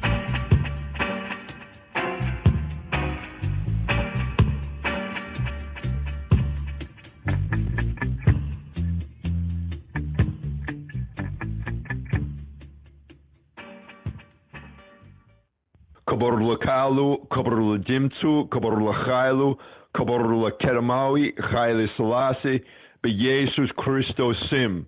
Glory to word, glory to sound, glory to power.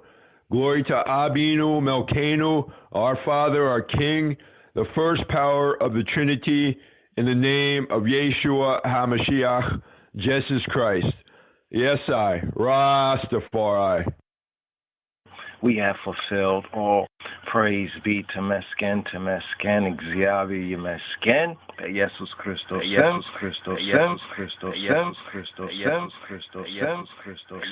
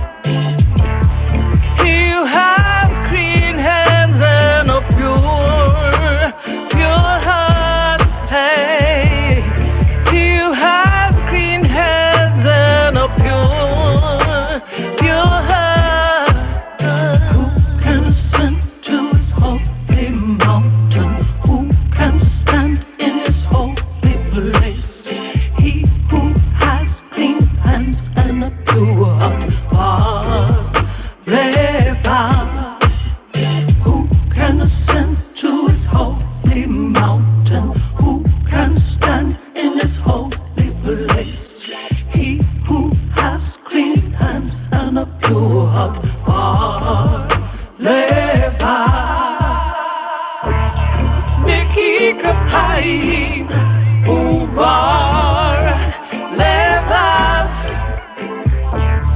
Niki kapayim uvar levav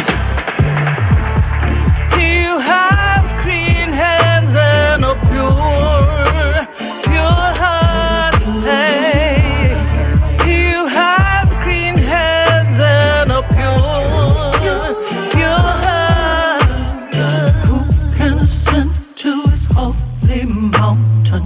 Who can stand in his holy place? He who has clean hands and a pure heart Levav.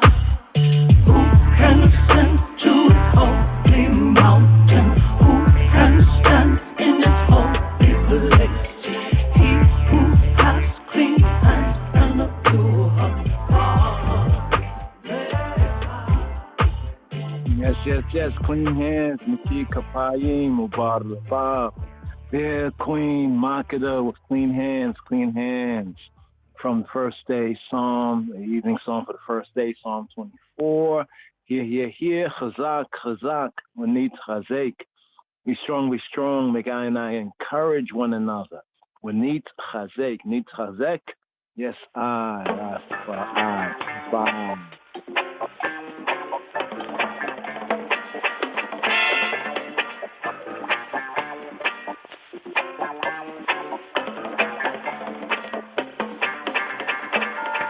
You're going to church on Sunday. There's no love in your heart on Monday. You're trying to show me that you know yourself. You better purify your heart and you know yourself.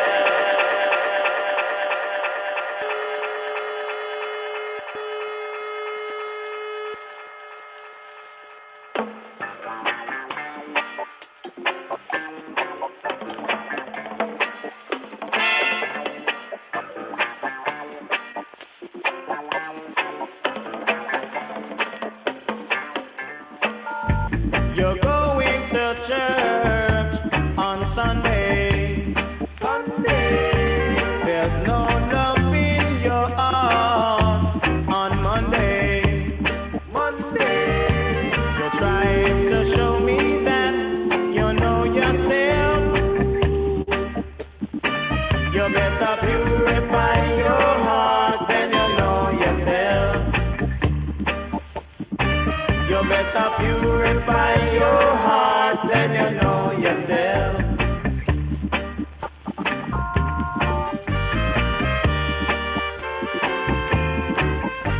But don't bet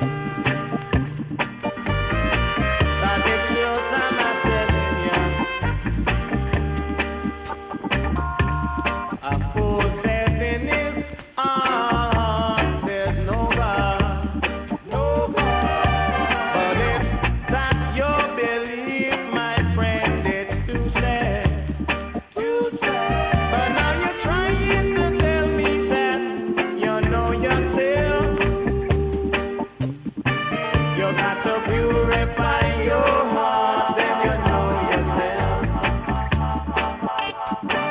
You better purify your heart and you know yourself.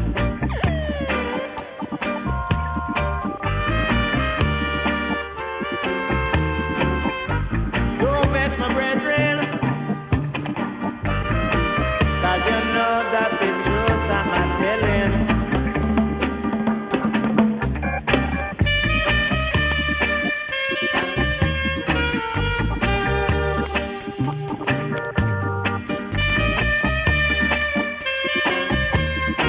But a fool says in his heart of hearts there's no God. But if that's your belief, my little friend, it's too sad. But now you're trying to show me that you know yourself. You better purify your heart and you know yourself. better purify your heart than you know yourself. It's not by how long you go, you're not it. Say that you know Selassie. It's not by how long you go, you're not it. You come and say that you know Selassie.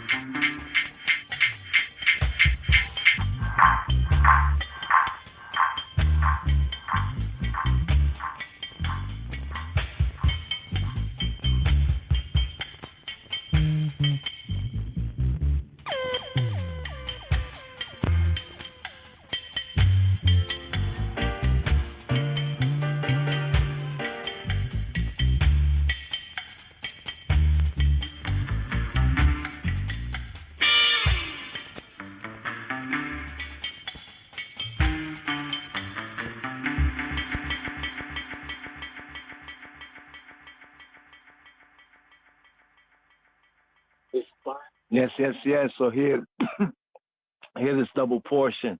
This double portion really interesting. I'd like to get into some Q&As. We have a daily psalm right here. Just to give a first ear, today's daily psalm. Today's daily psalm is 86, and the evening psalm for the first day is Psalm 24. So from Queen Makada's Clean Hands, Niki Kapayim, Ubal Lebab, Clean Hands, Pure Heart, and that there was Johnny Osborne, Purify Your Heart. Right here, today's daily psalm, Psalm 86, a cry, a call for help. It has a title of a prayer, a tefillah. This is the index of the contents of the Mizmor, the psalm. Now, what's interesting right here, I'm not going to go to a full. I have to choose between full here of Psalm 86 and go over this Torah reading and feeding. I think we need to go over this double portion, at least one part. The first part of Mattot.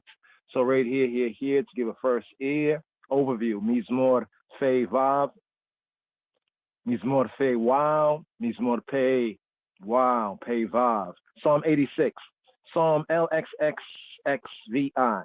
So it's a cry, a call for help. It's themed as a tefillah. Superscription is Tefillah Lid-Dawi, prayer of David. This is an index. So when it says a prayer in the superscription, Tefillah,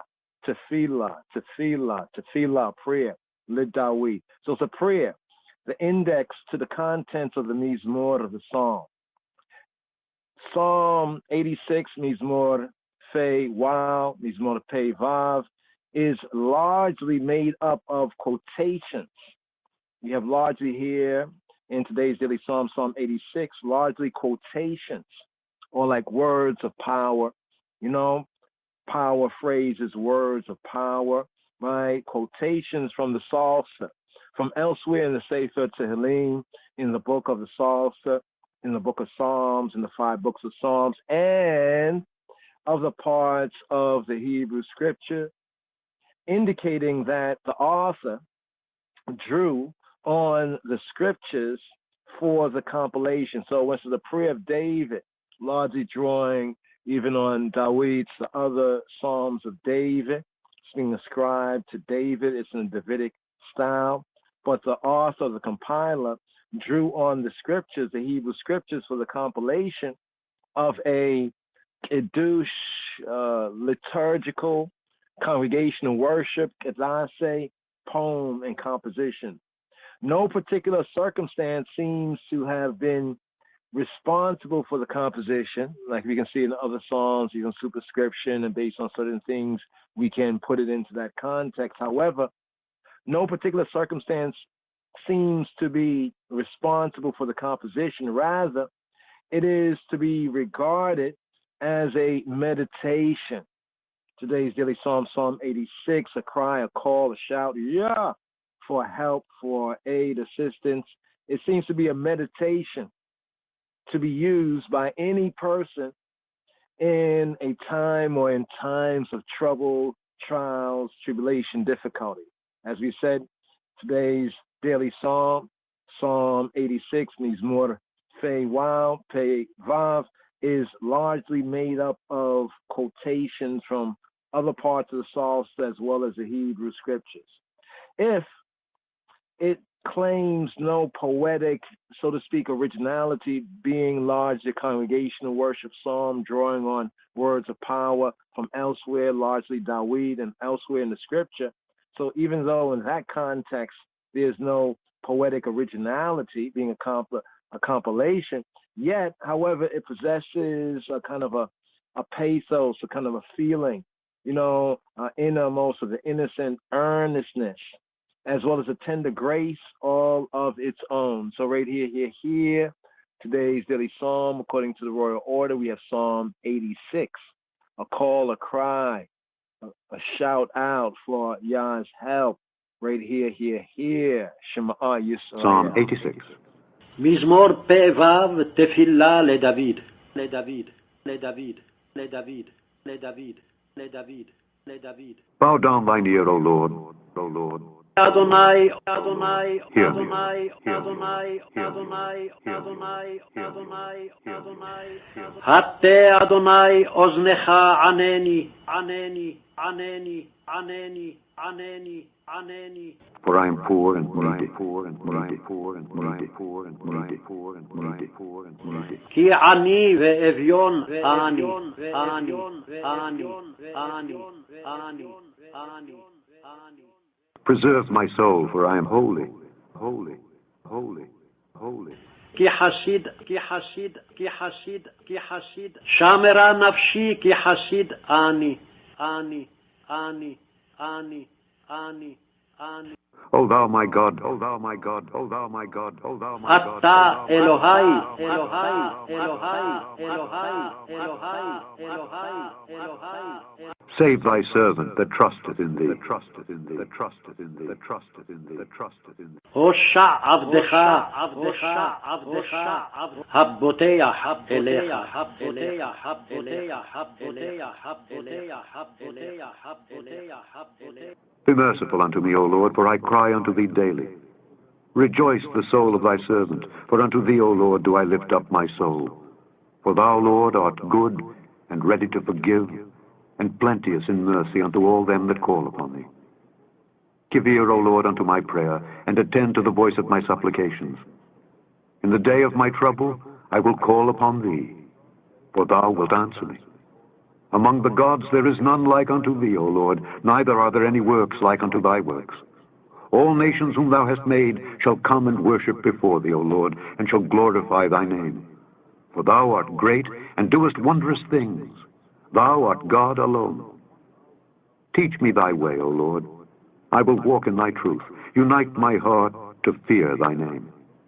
I will praise thee, O Lord my God, with all my heart, and I will glorify thy name forevermore. For great is thy mercy toward me, and thou hast delivered my soul from the lowest hell. O God, the proud are risen against me, and the assemblies of violent men have sought after my soul, and have not set thee before them. But thou, O Lord, art a God full of compassion, and gracious, long-suffering, and plenteous in mercy and truth. O turn unto me, and have mercy upon me. Give thy strength unto thy servant, and save the son of thine handmaid. Show me a token for good, that they which hate me may see it and be ashamed. Because thou, Lord, hast holpen me, and comforted me, and comforted me, and comforted me, and comforted me, and comforted me, and comforted me, and comforted me, and comforted me, and comforted me, and comforted me, and comforted me, and comforted me, and comforted me.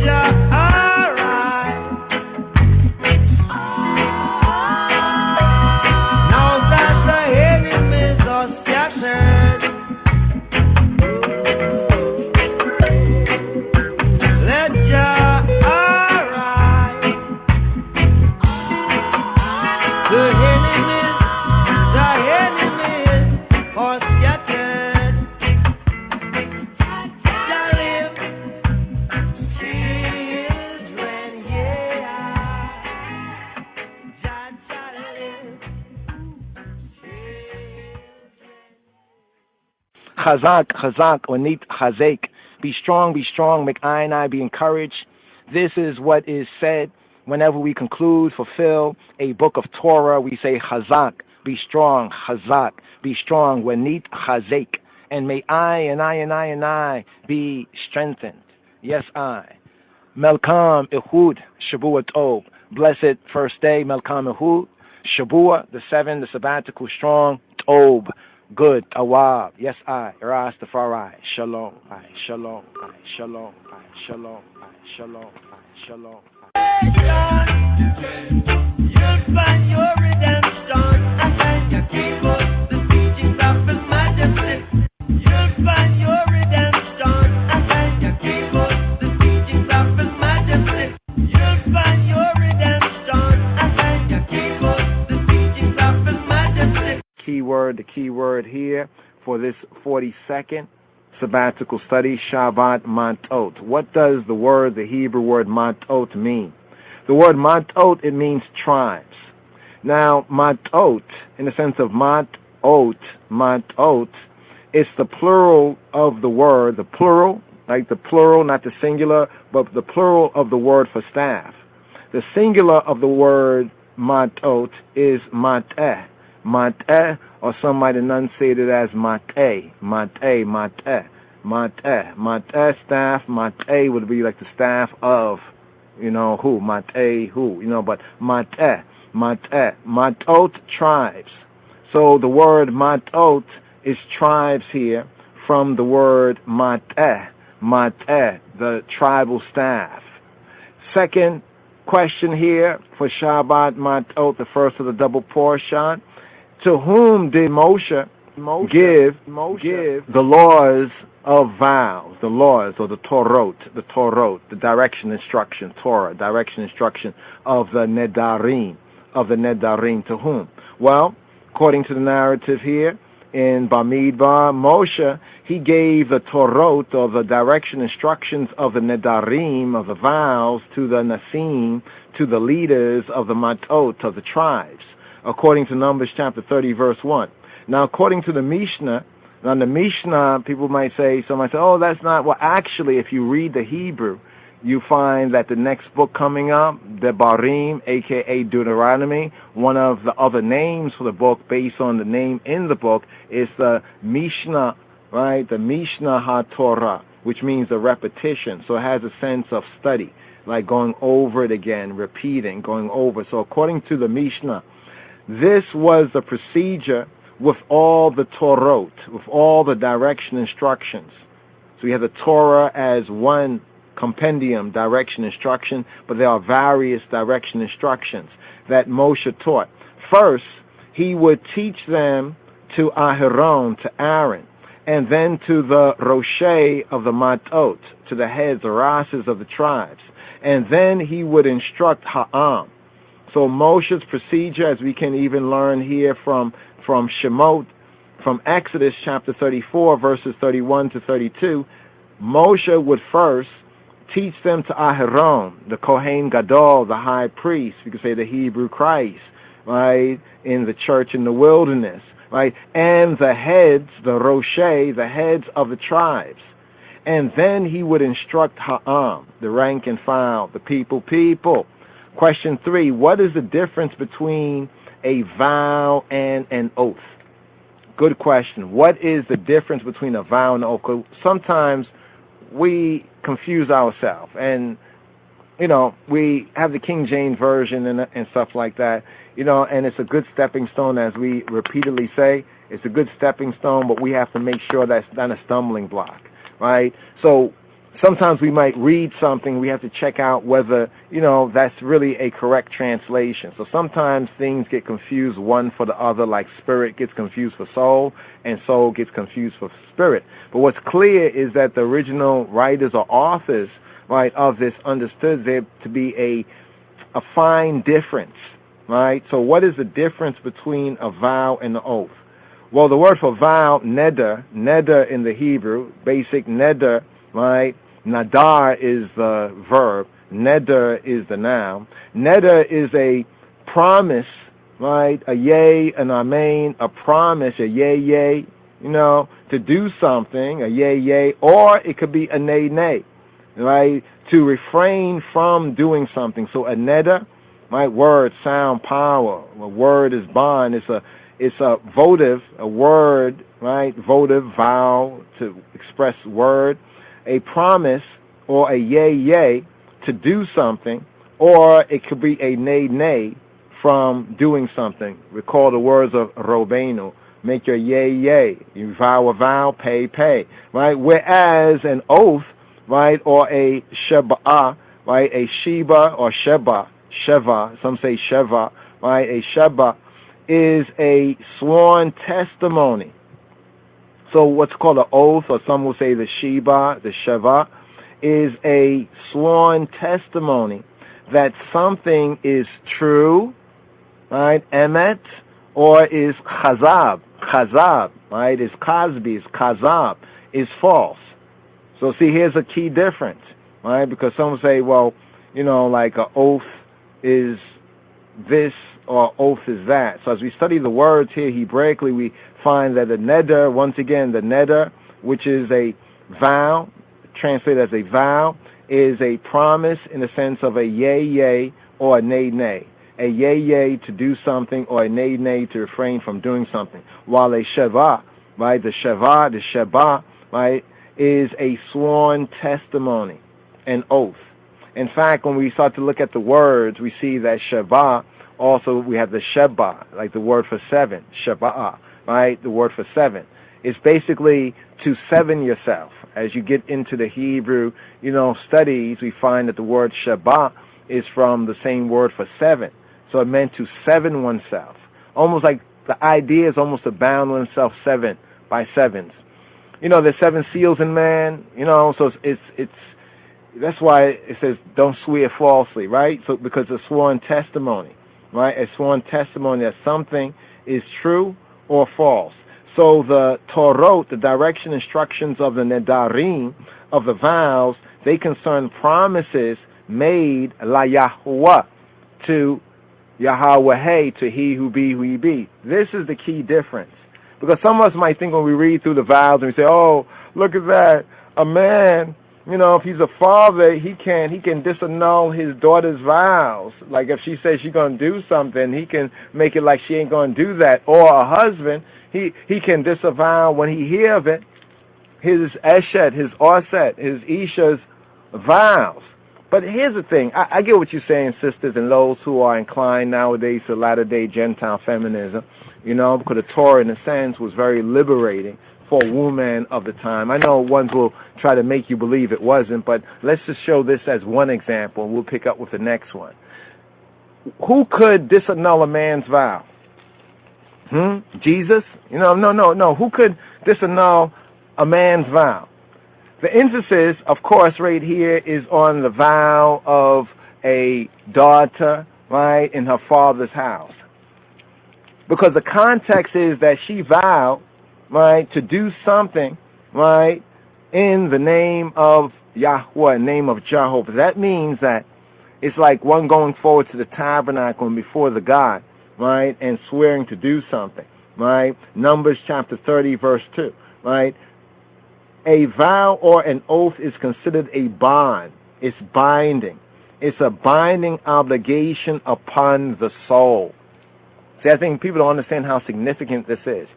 Sometimes they say that, well, when they ask about, well, how come a woman on childbirth has to give an offering sometime after, like, after childbirth? You know what I mean? Even Maryam, the mother of Yeshua, of Robenu, did so, right?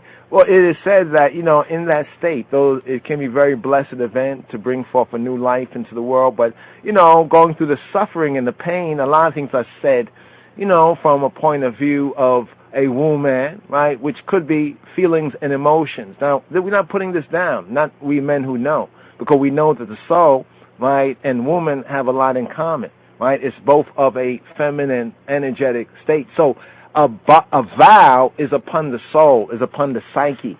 It's on she. And we're not saying just she like a woman, a wife, or a daughter, but even a man has a soul, right? And that soul is she. But a vow is a binding obligation upon the soul. That's why the word used in the Hebrew is Isar. Isar, Yisar, Osar, Yisar, Yisar, Yisar, like Yisar, yes sir, yes sir, which is more the correct way that Osar would have been said back then. But, leave people to their own conclusions. But we have here Isar al Nafsho. Isar. What is Isar? Isar is binding all upon Nafsho, upon his soul. So even when it's binding upon his soul, it's binding upon that aspect that, according to the Hebrew science, is feminine, right? The soul is feminine, right? According to the principle, Afro-Shemitically, according to linguistics, the language. So right here, we have the direction, instruction of the vow concern promises. Promises, yea, to do something, right, vis-a-vis Hashem, in the name Yahweh, according to Numbers chapter 30, verse 2, right, and a vow or an oath, both of them, right? So if someone testifies and gives false testimony, that's like, you hear people say, on God, on God, on my mother. No, that's on your soul. That's on her. That's on your soul, on your psyche, right? And how can we say? She's very precious, right? Because if you don't have a soul, well, I don't know about you. Anyway, question number 4. If someone makes a vow, la Yahweh, to Jehovah, what is required of him or her? All right? Note this right here. Hannah in the scriptures, right? Hannah, the mother of Shemuel, Samuel. She made a vow, right? She had vowed, right? She had vowed for her son to be set apart. Some say to be a Nazarite. So Shemuel, Samuel the prophet, did he have locks? I would say he had locks. You could call them dreadlocks, but he had locks because his mother had made that particular, that particular vow. So we see where a man or a woman could vow and did vow. But if a man vowed, there was nobody to take away the consequence. He had to pay it. There was nobody who would disannul it. Because sometimes we could say some things emotionally, but a man would have to have a better check of his emotion. Why? Because the principle, to whom more is given, more is required. So if someone makes a vow to Jehovah, to Yahweh, Hey HaKadosh Baruch Hu, Baruch Hashem, the Holy One, blessed be He, blessed be the name, was required of him or her. When someone makes a vow to Jehovah, he or she is bound.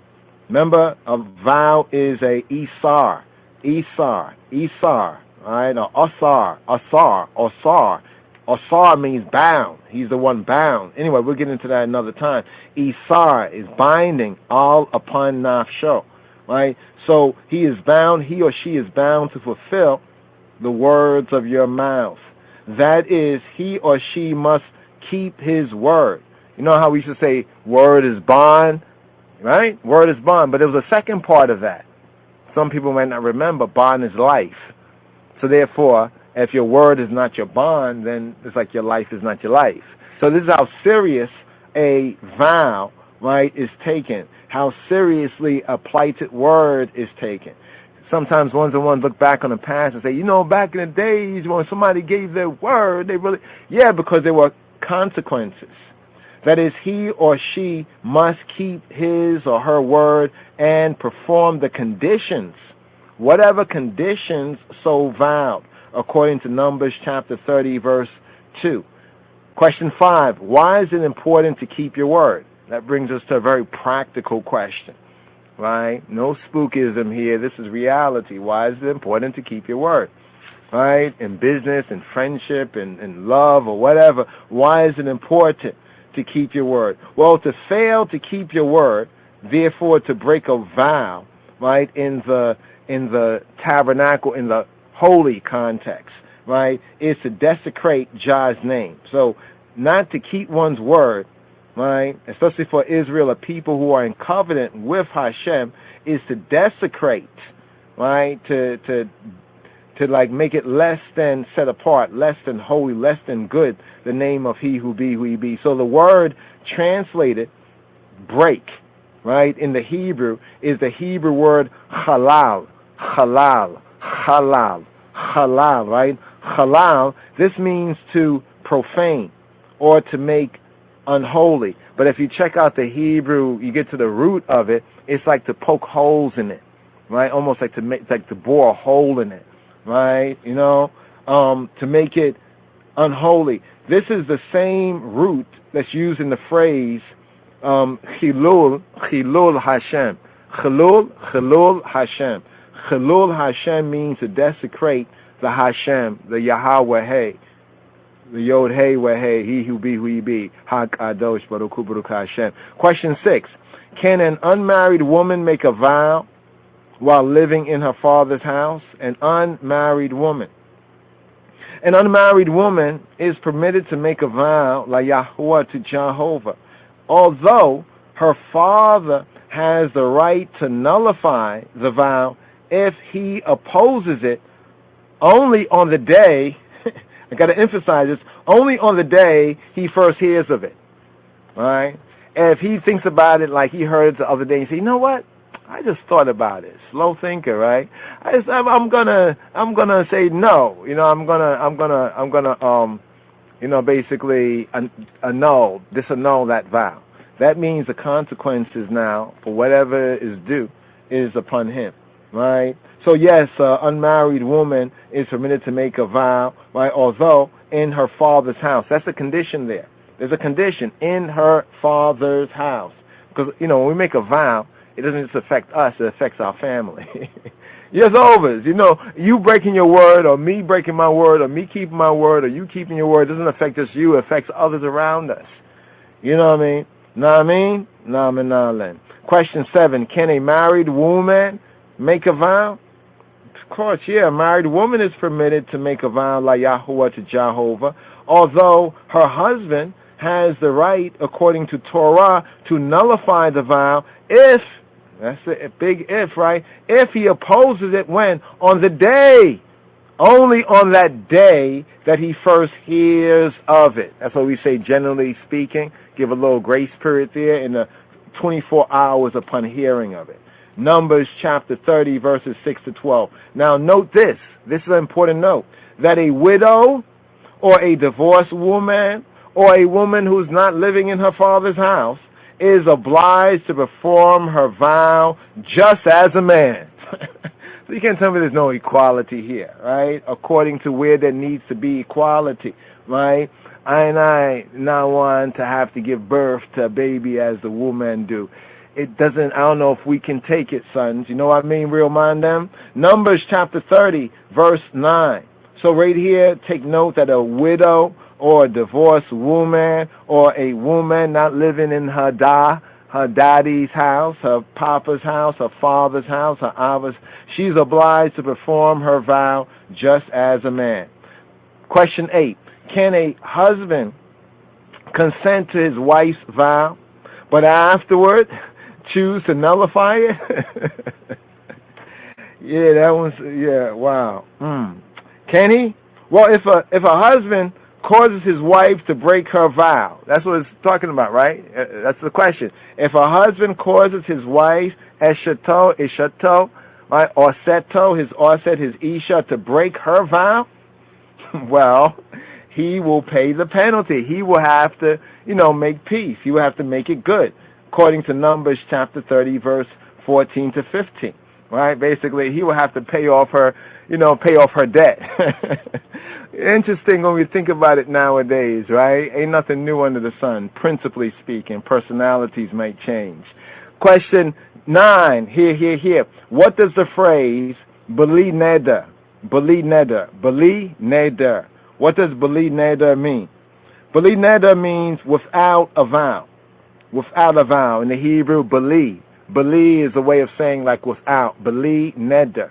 Like Beli Neder, Beli without, Neder, a vow. The sense of it is like without making a vow.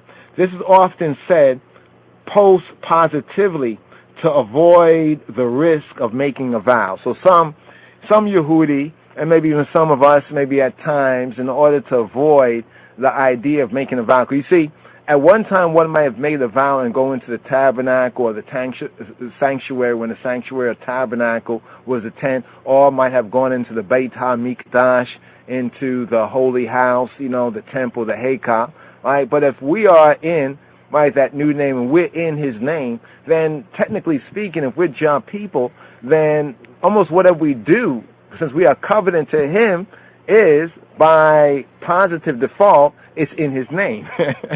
So therefore, some understanding that might say, when they say they're going to do something and whatnot, they might say, believe neder. Right? Yeah, I'll do it for you. I'm going to do that. Yeah, by Jah, Rastafari, no, believe neder, like without a vow. I'm going to do this, but don't make this a vow thing. In other words. Question 10, what is Kol Nidre? The Kol Nidre service of Yom Kippur about? Wow, this is a loaded question right here. Well, Kol Nidre, right? First of all, Yom Kippur, that's the way in common Judaism, it's a common way of referring to it. But the proper way that we like to emphasize among Ayanai Chabarim, right, and the Talmudim is Yom HaKippurim. Yom HaKippurim. Yom Kippur means a day of a atonement, of one atonement. While Yom HaKippurim, as written in HaTorah, means a day of the atonements or the day of the coverings. It's almost like an ancient, we could say, psycho-spiritual insurance policy. But as far as the Kol Nidre, it's a service, right?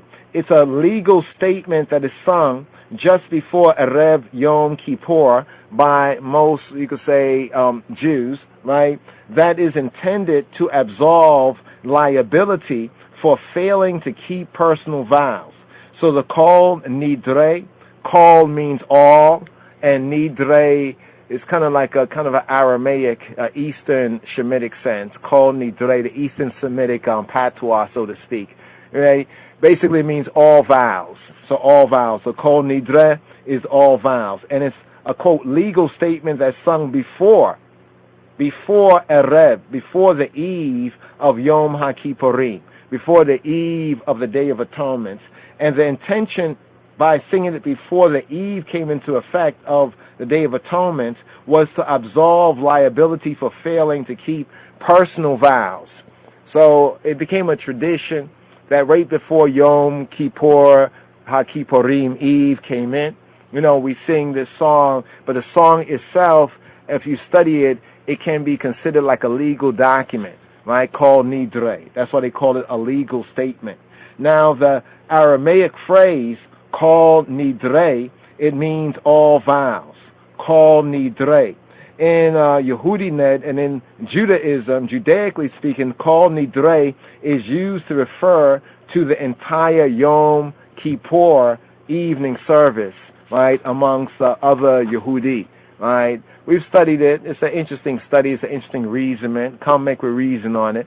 But it is kind of extra, in that sense to the intent. But technically speaking, there is a reasonment where it is very wise, lawfully speaking, if you understand the law and what Torah is, because it was to absolve certain personal vows. And those personal vows were supposed to be amongst ones who were in the same covenant.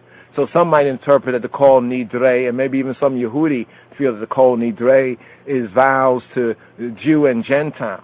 But technically speaking, according to a legal statement of law, it can only be a Kol Nidre among fellow Yehudi, zeh bazeh.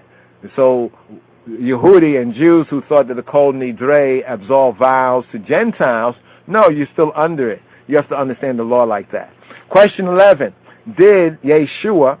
did Robbeinu, our Ayanai Rabbi Yeshua, or the apostles recommend making vows la Yahuwah, to he who be, to Jehovah? Robbeinu, Ayanai Rabbi, the mediator of the Brit Chadash, Yeshua HaMoshiach, he said that our word alone, right, called Davar, right, our word alone should be enough. Right, according to Matthew chapter 5, verse 33 to 37, as well as Matthew chapter 23, verse 22. That's what our Rabbi, Robbeinu Yeshua, said. Now, James, Yaakov, right, James, he warns that we are never to utter a vow in order to avoid falling under judgment. Now that's interesting. We could kind of maybe apply that to the Kol Nidra maybe. But James, in James chapter 5, verse 12. In James chapter 5, verse 12. Question 12. Why did Elohim, the power, command Yisrael, Yasharallah, to take vengeance up on Midian? Well, Elohim commanded Yisrael to take vengeance up on Midian because, now I'm going to say, because all vengeance is mine, saith Jehovah. So he could give vengeance to whoever he pleased. But he did this because of the incident of the pimp of the opening. We call Baal Peor to bring out the real sense of what we're talking about here. Baal Peor, or the Lord, the Baal of the opening. When Balaam brought Midianite woman to the edge of the camp of Yisrael, like through the fence, through the gate, you know that way there, to entice and seduce, right, the Bnei Yisrael, the men, the sons, them of Israel, into disobedience. Whoever stands against Yisrael, right, stands against Hailahim. Whoever stands against Yisrael stands against Elohim, stands against Eloheinu, our Elohim. Question 13. What did Elohim say would happen to Moshe after the war with the Midianites? Elohim Jah told Moses that after the war against Midian, after y'all have gone cold Medina, right, Moshe would die. According to Bamidbar, according to Numbers chapter 31, verse 2. Question 14. Why did Jah command Israel? Why Jah did not command Yisrael, the sons of Israel, to take vengeance upon Moab?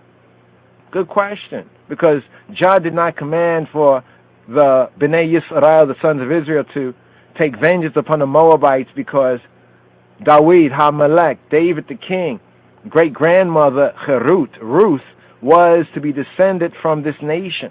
In addition, the Moabites got involved because they feared. They were scared. They feared the sons of Israel. They feared the Bnei Yisrael. Yasharallah. How do we know this? Numbers chapter 22, verses 2 to 6.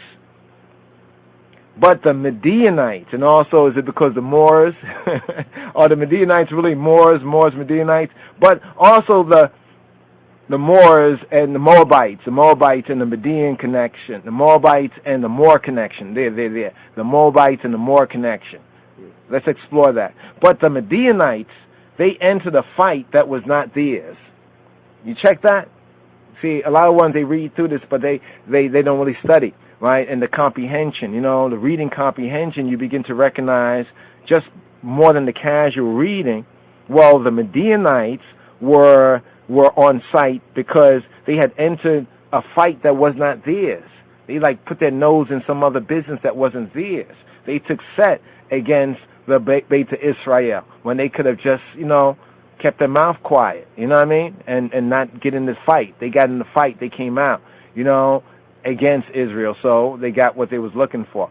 How many men from each tribe went to war against the Midianites? Now here, for the Habarim and the Rastafari Israelites, Rastafari Yehudi, here, and according to the royal order, here is where interesting connection with this question here. How many men from each tribe went to war against the Midianites?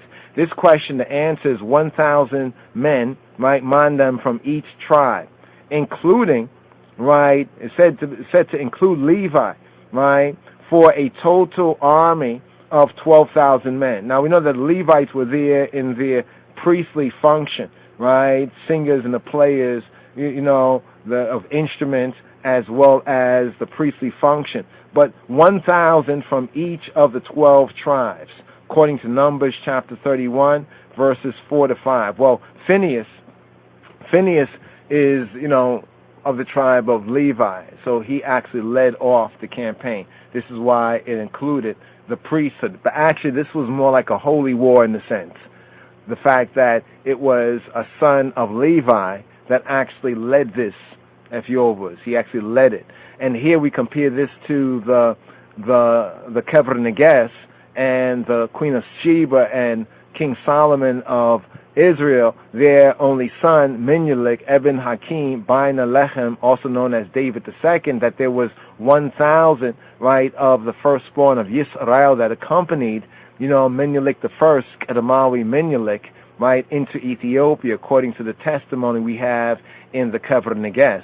So just the number arrangement is interesting, the 1,000, from each of the tribes, right, and 12,000 in total. And then with the relocation of the Ark of the Covenant, that same number there, and this connection with Phineas, a Levite, and then also we have Azariah, right, in the Hebrew and the Kever Neges narrative, who's a son of the high priest, Zadok. Just a little interesting connection. Holy war, holy war. Question 16, who led the army of Yisrael during the battle against Midian? Right? We have Phineas, Phi Nahas. Phineas, the son of Eleazar HaKohen, the priest, he led the battle against the Midianites.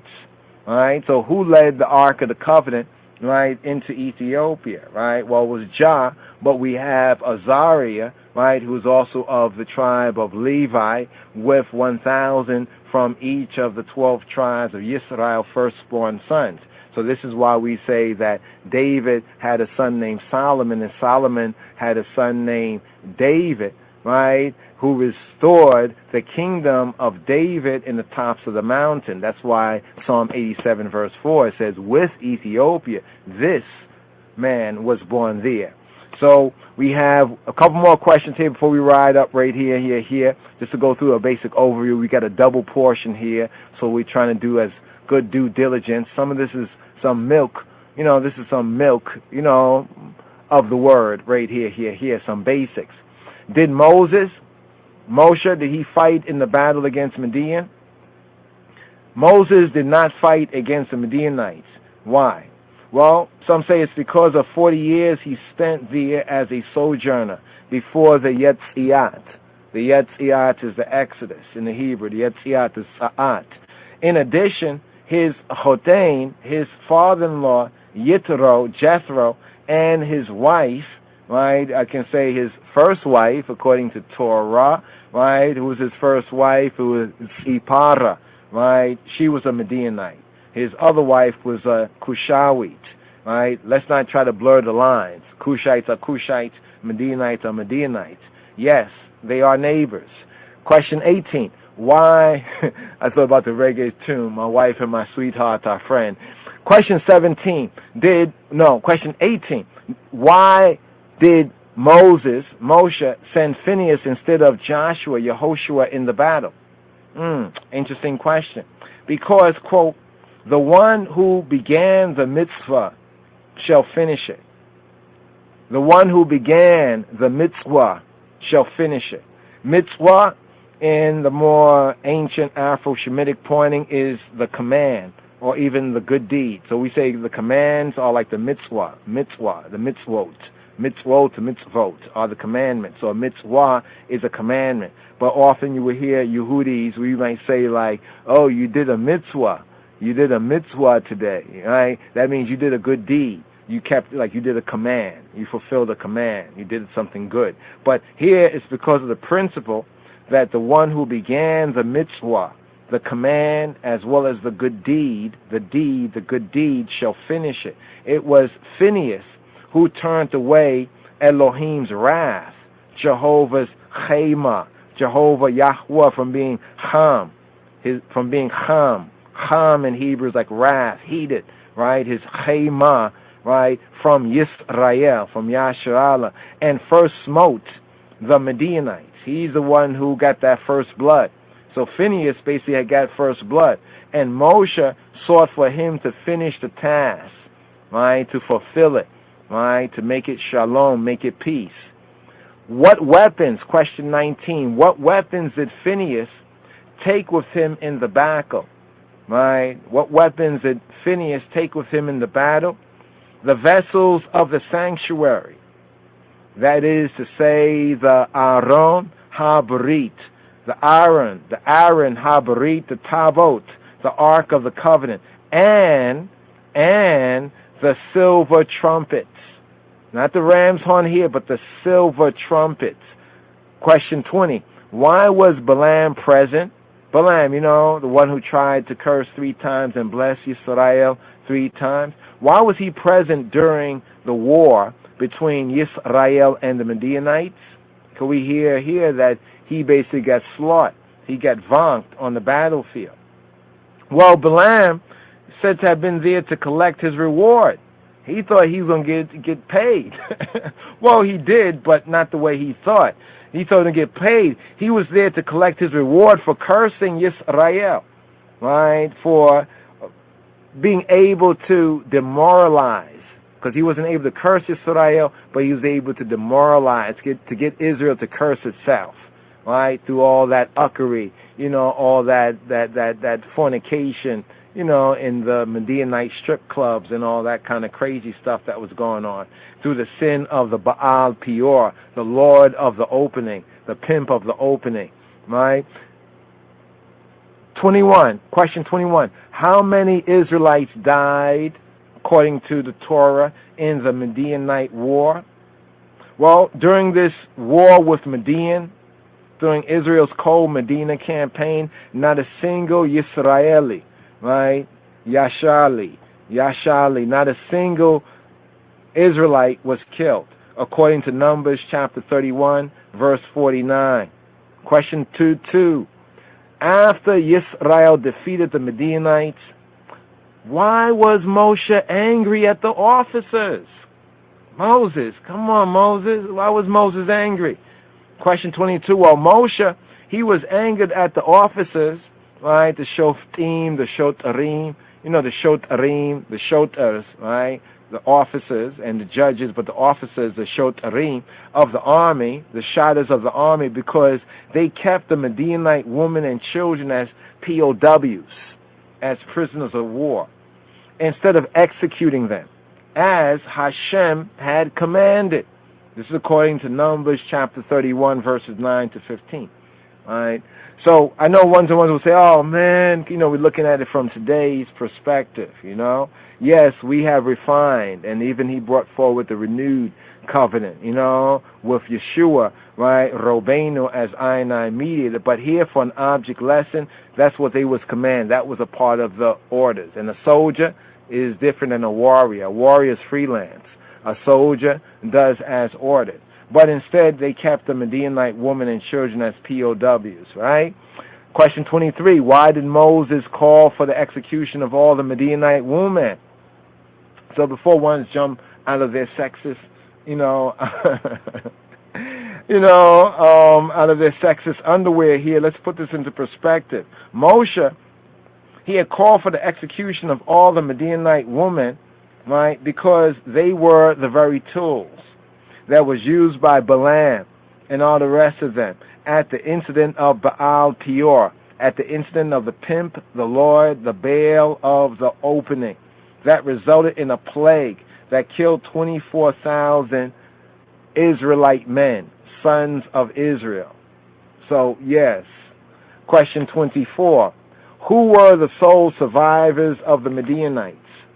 Moshe commanded that all the survivors of the Midianite were to be killed, including baby boys and their mothers. Only 16,000 virgin girls were allowed to live.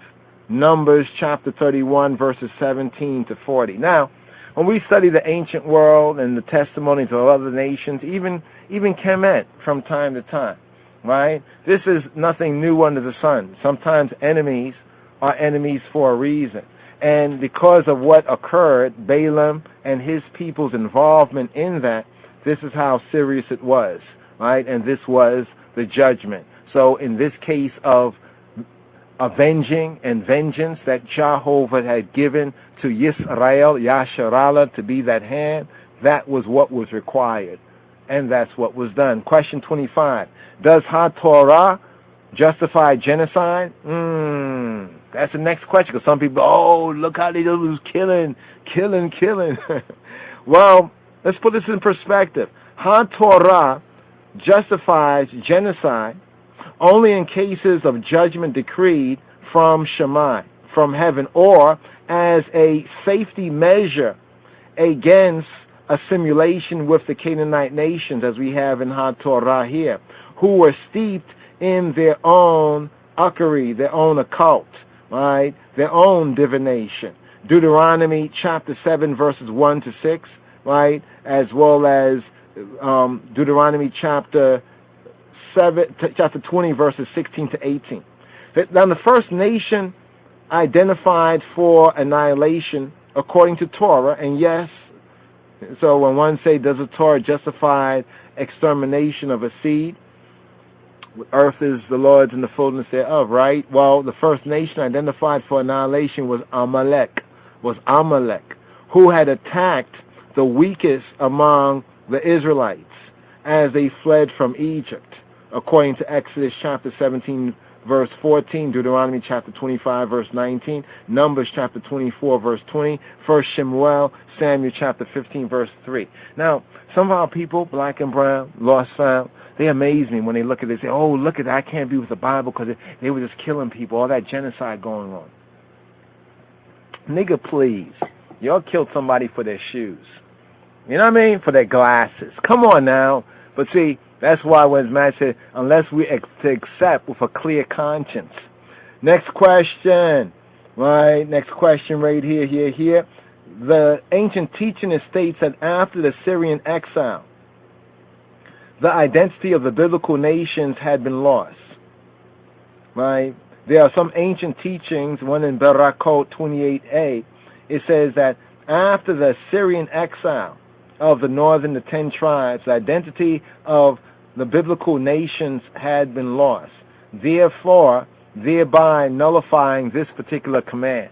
Things had got so confused and mixed up, like later on. You know, what's interesting is that, you know, when people go over there and they do the archaeology and they say, look at this is the Canaanite, and it says this L, this is your L of the Bible, y'all. And we look at it and say, oh, wow, that statue is made out of gold, and yeah, they call that L. Didn't the Torah say not to make him gods of gold or silver, like the Canaanites had done? Oh, wow. So actually, this artifacts that we're finding is what Josh said we shouldn't do, but what the history teaches, our own story, that we did those things. We broke the covenant. Oh, and when he told us to destroy all that pictures and all of that stuff, if we fulfilled Jehovah's word, they couldn't be finding none of it now. So it's interesting, right? That's why in this Torah reading and feeding right here, this double portion, here's where we get this verse that is popularized. Your sins shall find you out. You've heard that before, right? But you know what that has to do with originally? It has to do with those tribes. The tribe of Gad and Reuben and half tribe of Manasseh not keeping their word, and they eventually was the first of those tribes to go into captivity. Isn't that interesting? So you'll hear Christians in a New Testament sense, so to speak, saying, your sins shall find you out. That's true. But you know where it really comes from? It comes from the Torah concerning those tribes that did not keep their word, right, to fight for and on behalf of the other tribes to get their inheritance and to get their land. So they basically gave their word before Moshe passed, and then after Moshe passed, they felt, hey, we're no longer obligation. But it's kind of interesting that their sins. Now, sins, not to spook it out, but the word chet, chata and chet in Hebrew means to lack or to miss.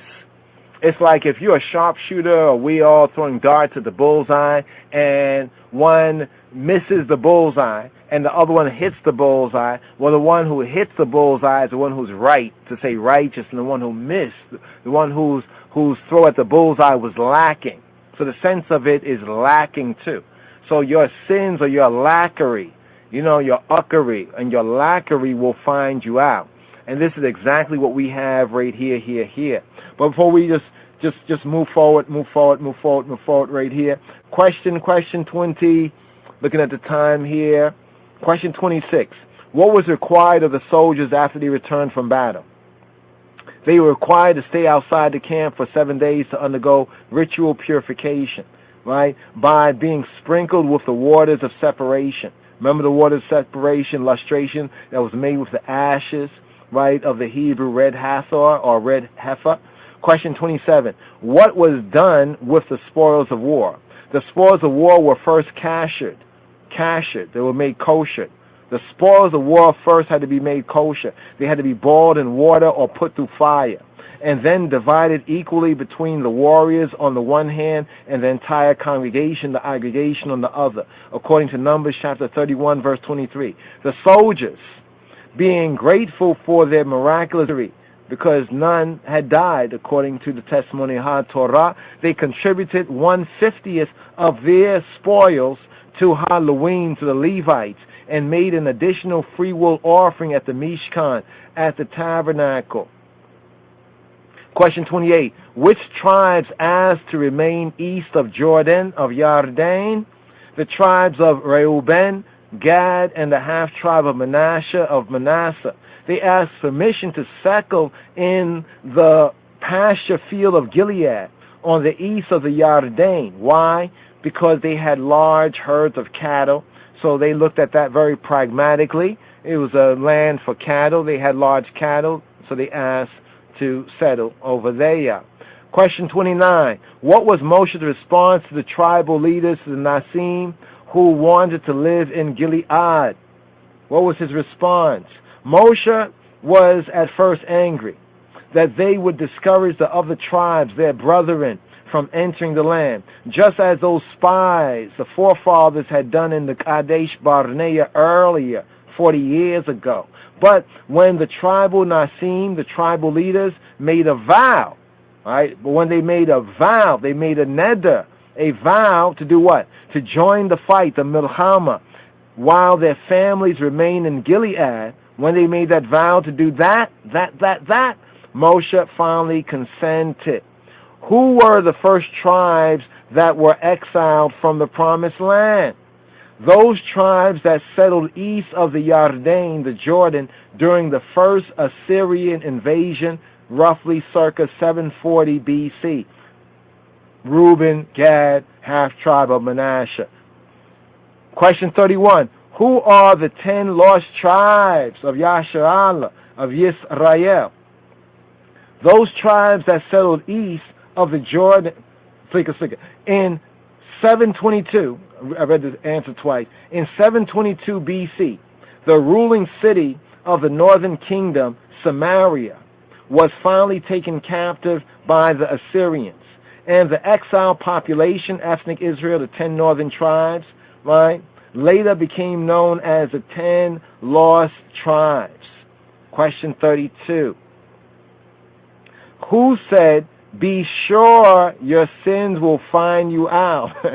Who said that? And of whom was it said? Moshe. So all these New Testament Christians quoting Moses, ain't that something? Right? What would Robin or Yeshua think of that? Moses said this to the leaders, the Nasim, the princes, the heads of the tribes, the Mattot, that settled east of the Yarden, the Jordan, as a warning to them if they should break their vow, that your sins, what you lack, is going to find you out. Your sins are going to find you out. Question 33. Let's provide some examples of vows found in the Bible. We have 2 minutes, y'all, before we go into the grace period right here. All right, 2 minutes here.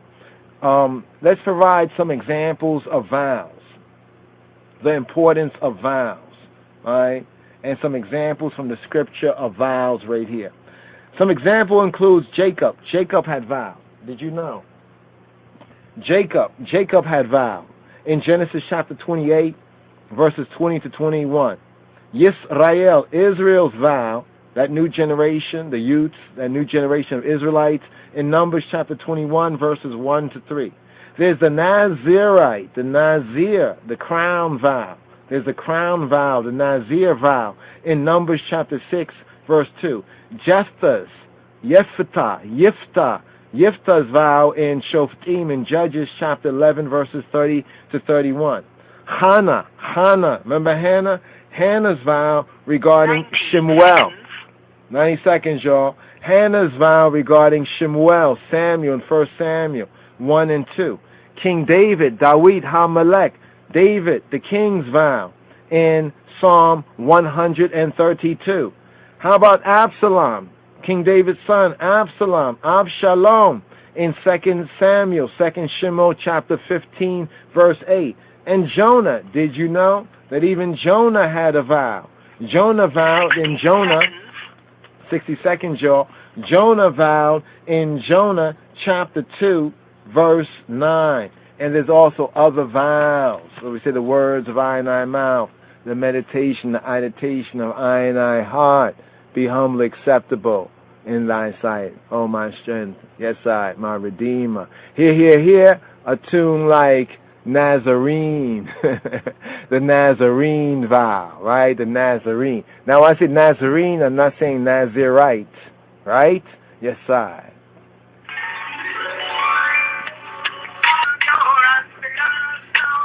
Yes, the whole Nazarene vow. There it kind of merges these two words, the Nazir, right, and the Natsar, Yeshua HaNotri.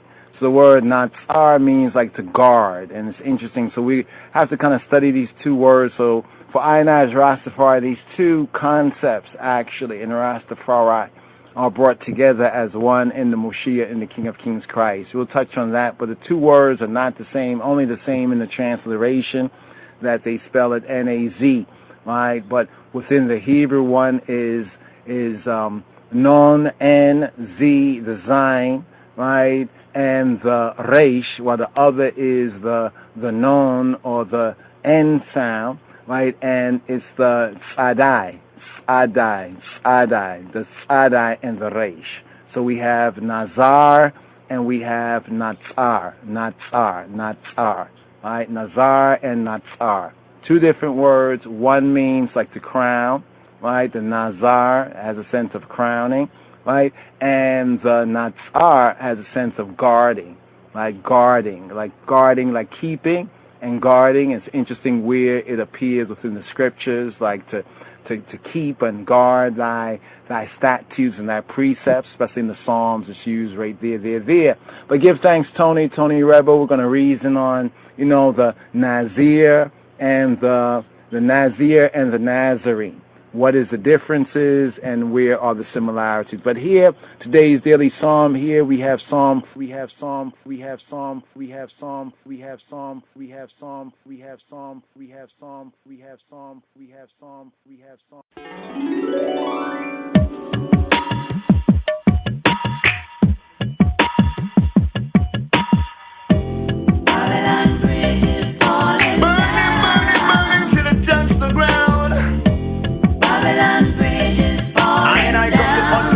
Conscious sound.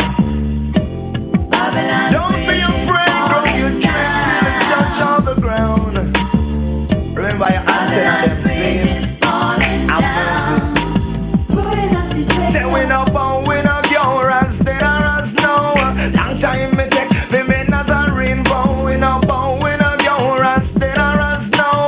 Long time me take, we may not a rainbow. The first time me know say Rastafari legit. A little prison in Numbers chapter 6. Me read Revelation, I was astonished to know the mark of the beast that is 666. Me check Samson and John the Baptist. Them blow them not the jet, make it long like with. Oh, me start to grow for me dread some more when me start read Ezekiel 44. So me not bow, me not your stay as no. Long time me take for me not a rainbow. Me not bow, me not your stay. Time me take, for me not a rainbow. Some people are spread propaganda about black here is a sin, but me challenge anyone. I mean what them can't win, cause any day them show me that the Bible say, man figure to make it them scissors and comb and make them cut off everything. Coming up, bow, me not your stay or now. Long time me take, for me not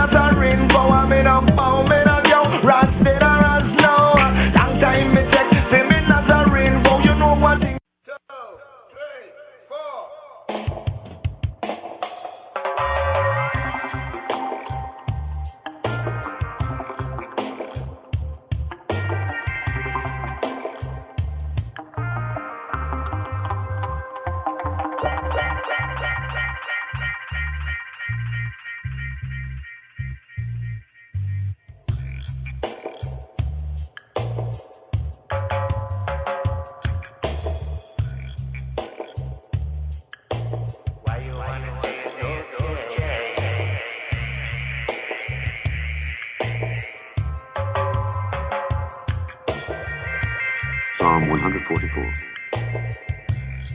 Blessed be the Lord my strength, which teacheth my hands to war and my fingers to fight, my goodness and my fortress, my high tower and my deliverer, my shield, and he in whom I trust, who subdueth my people under me.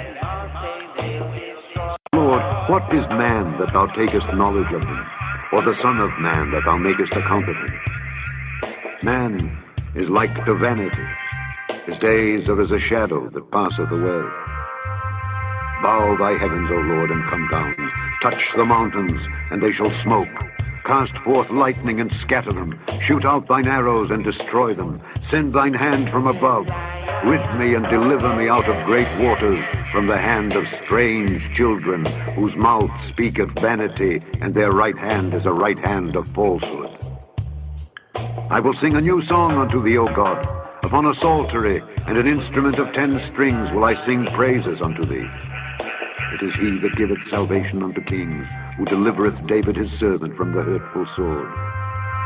Rid me and deliver me from the hand of strange children, whose mouth speaketh vanity, and their right hand is a right hand of falsehood, that our sons may be as plants grown up in their youth, that our daughters may be as cornerstones, polished after the similitude of a palace, that our garners may be full, affording all manner of store, that our sheep may bring forth thousands and 10,000s in our streets, that our oxen may be strong to labor, that there be no breaking in nor going out, that there be no complaining in our streets.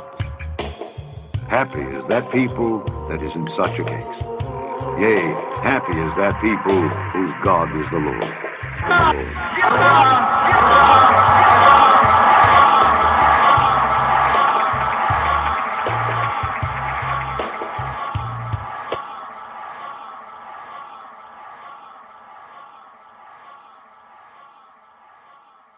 Chazak, chazak, onit chazek.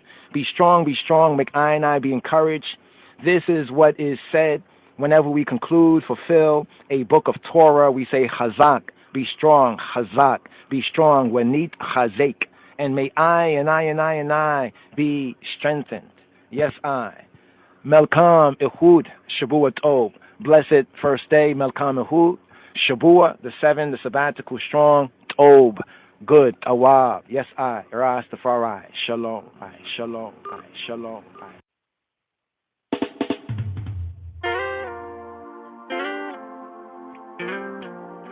Psalm 67. God be merciful unto us, and bless us, and cause his face to shine upon us. Selah. Psalm 67. God be merciful unto us, and bless us, and cause his face to shine upon us. Selah. God be merciful unto us, and bless us, and cause his face to shine upon us. Selah. God be merciful unto us, and bless us, and cause his face to shine upon us. Selah. That thy way may be known upon earth, thy saving help among all nations. Let the people praise thee, O God. Let all the people praise thee. O let the nations be glad and sing for joy. For thou shalt judge the people righteously and govern the nations upon earth. Selah. Let the people praise thee, O God. Let all the people praise thee. Then shall the earth yield her increase. And God, even our own God, shall bless us. God shall bless us, and all the ends of the earth shall fear him, shall fear him, shall fear him.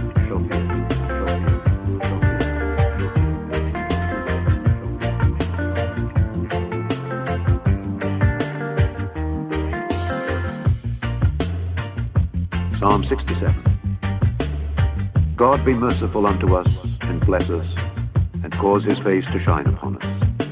Selah. That thy way may be known upon earth, thy saving help, thy saving help, thy saving help, thy saving help.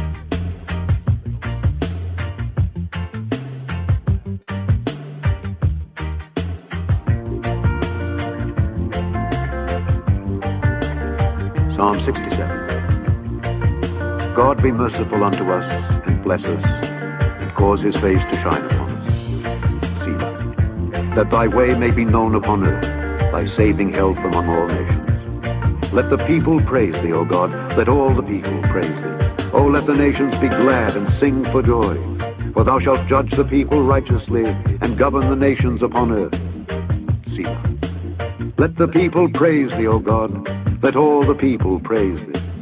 Then shall the earth yield her increase, and God, even our own God, shall bless us. God shall bless us, and all the ends of the earth shall fear him, shall fear him, shall fear him.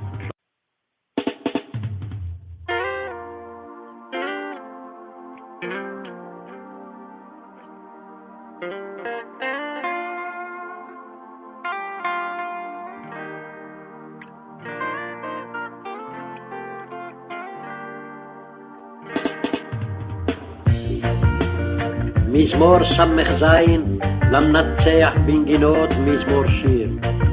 אלוהים יחוננו ויברכנו, יאר פניו איתנו סלע.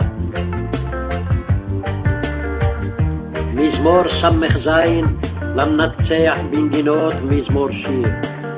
אלוהים יחוננו ויברכנו, יאר פניו איתנו סלע. לדעת בארץ דרכך, בכל גויים ישועתך. יודוך עמים אלוהים, יודוך עמים כולם. ישמחו וירננו לאומים, כי תשפוט עמים מישור, ולאומים בארץ תנחם סלע.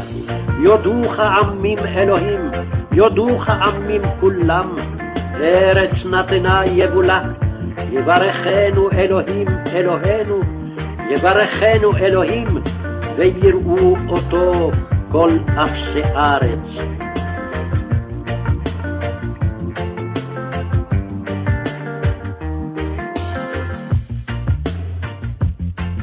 מזמור ס"ז למנצח בנגינות מזמור שיר.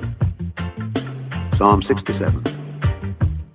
God be merciful unto us and bless us and cause his face to shine upon us.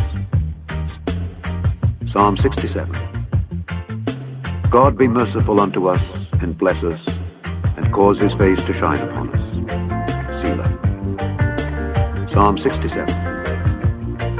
God be merciful unto us and bless us and cause his face to shine upon us. Selah. That thy way may be known upon earth, thy saving health among all nations. Let the people praise thee, O God, let all the people praise thee. O let the nations be glad and sing for joy, for thou shalt judge the people righteously and govern the nations upon earth. Selah. Let the people praise thee, O God, let all the people praise thee. Then shall the earth yield her increase, and God, even our own God, shall bless us. God shall bless us, and all the ends of the earth shall fear him, shall fear him, shall fear him, shall fear him, shall fear him.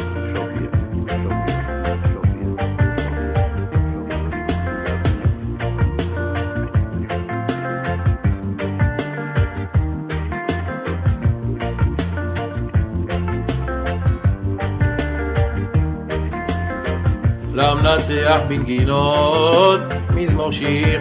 אלוהים יחוננו ויברכנו, מאיר פניו ייתנו סלע. לדעת בארץ דרכך, בכל גויים ישועתך. ידוך עמים אלוהים, ידוך עמים כולם. ישמחו וירננו לאומים, כי תשפוט עמים מישור, ולאומים בארץ תנחם סלע. ידוך עמים אלוהים, ידוך עמים כולם. ארץ נתנה יבולה, יברכנו אלוהים אלוהינו, יברכנו אלוהים ויראו אותו כל אפסי הארץ.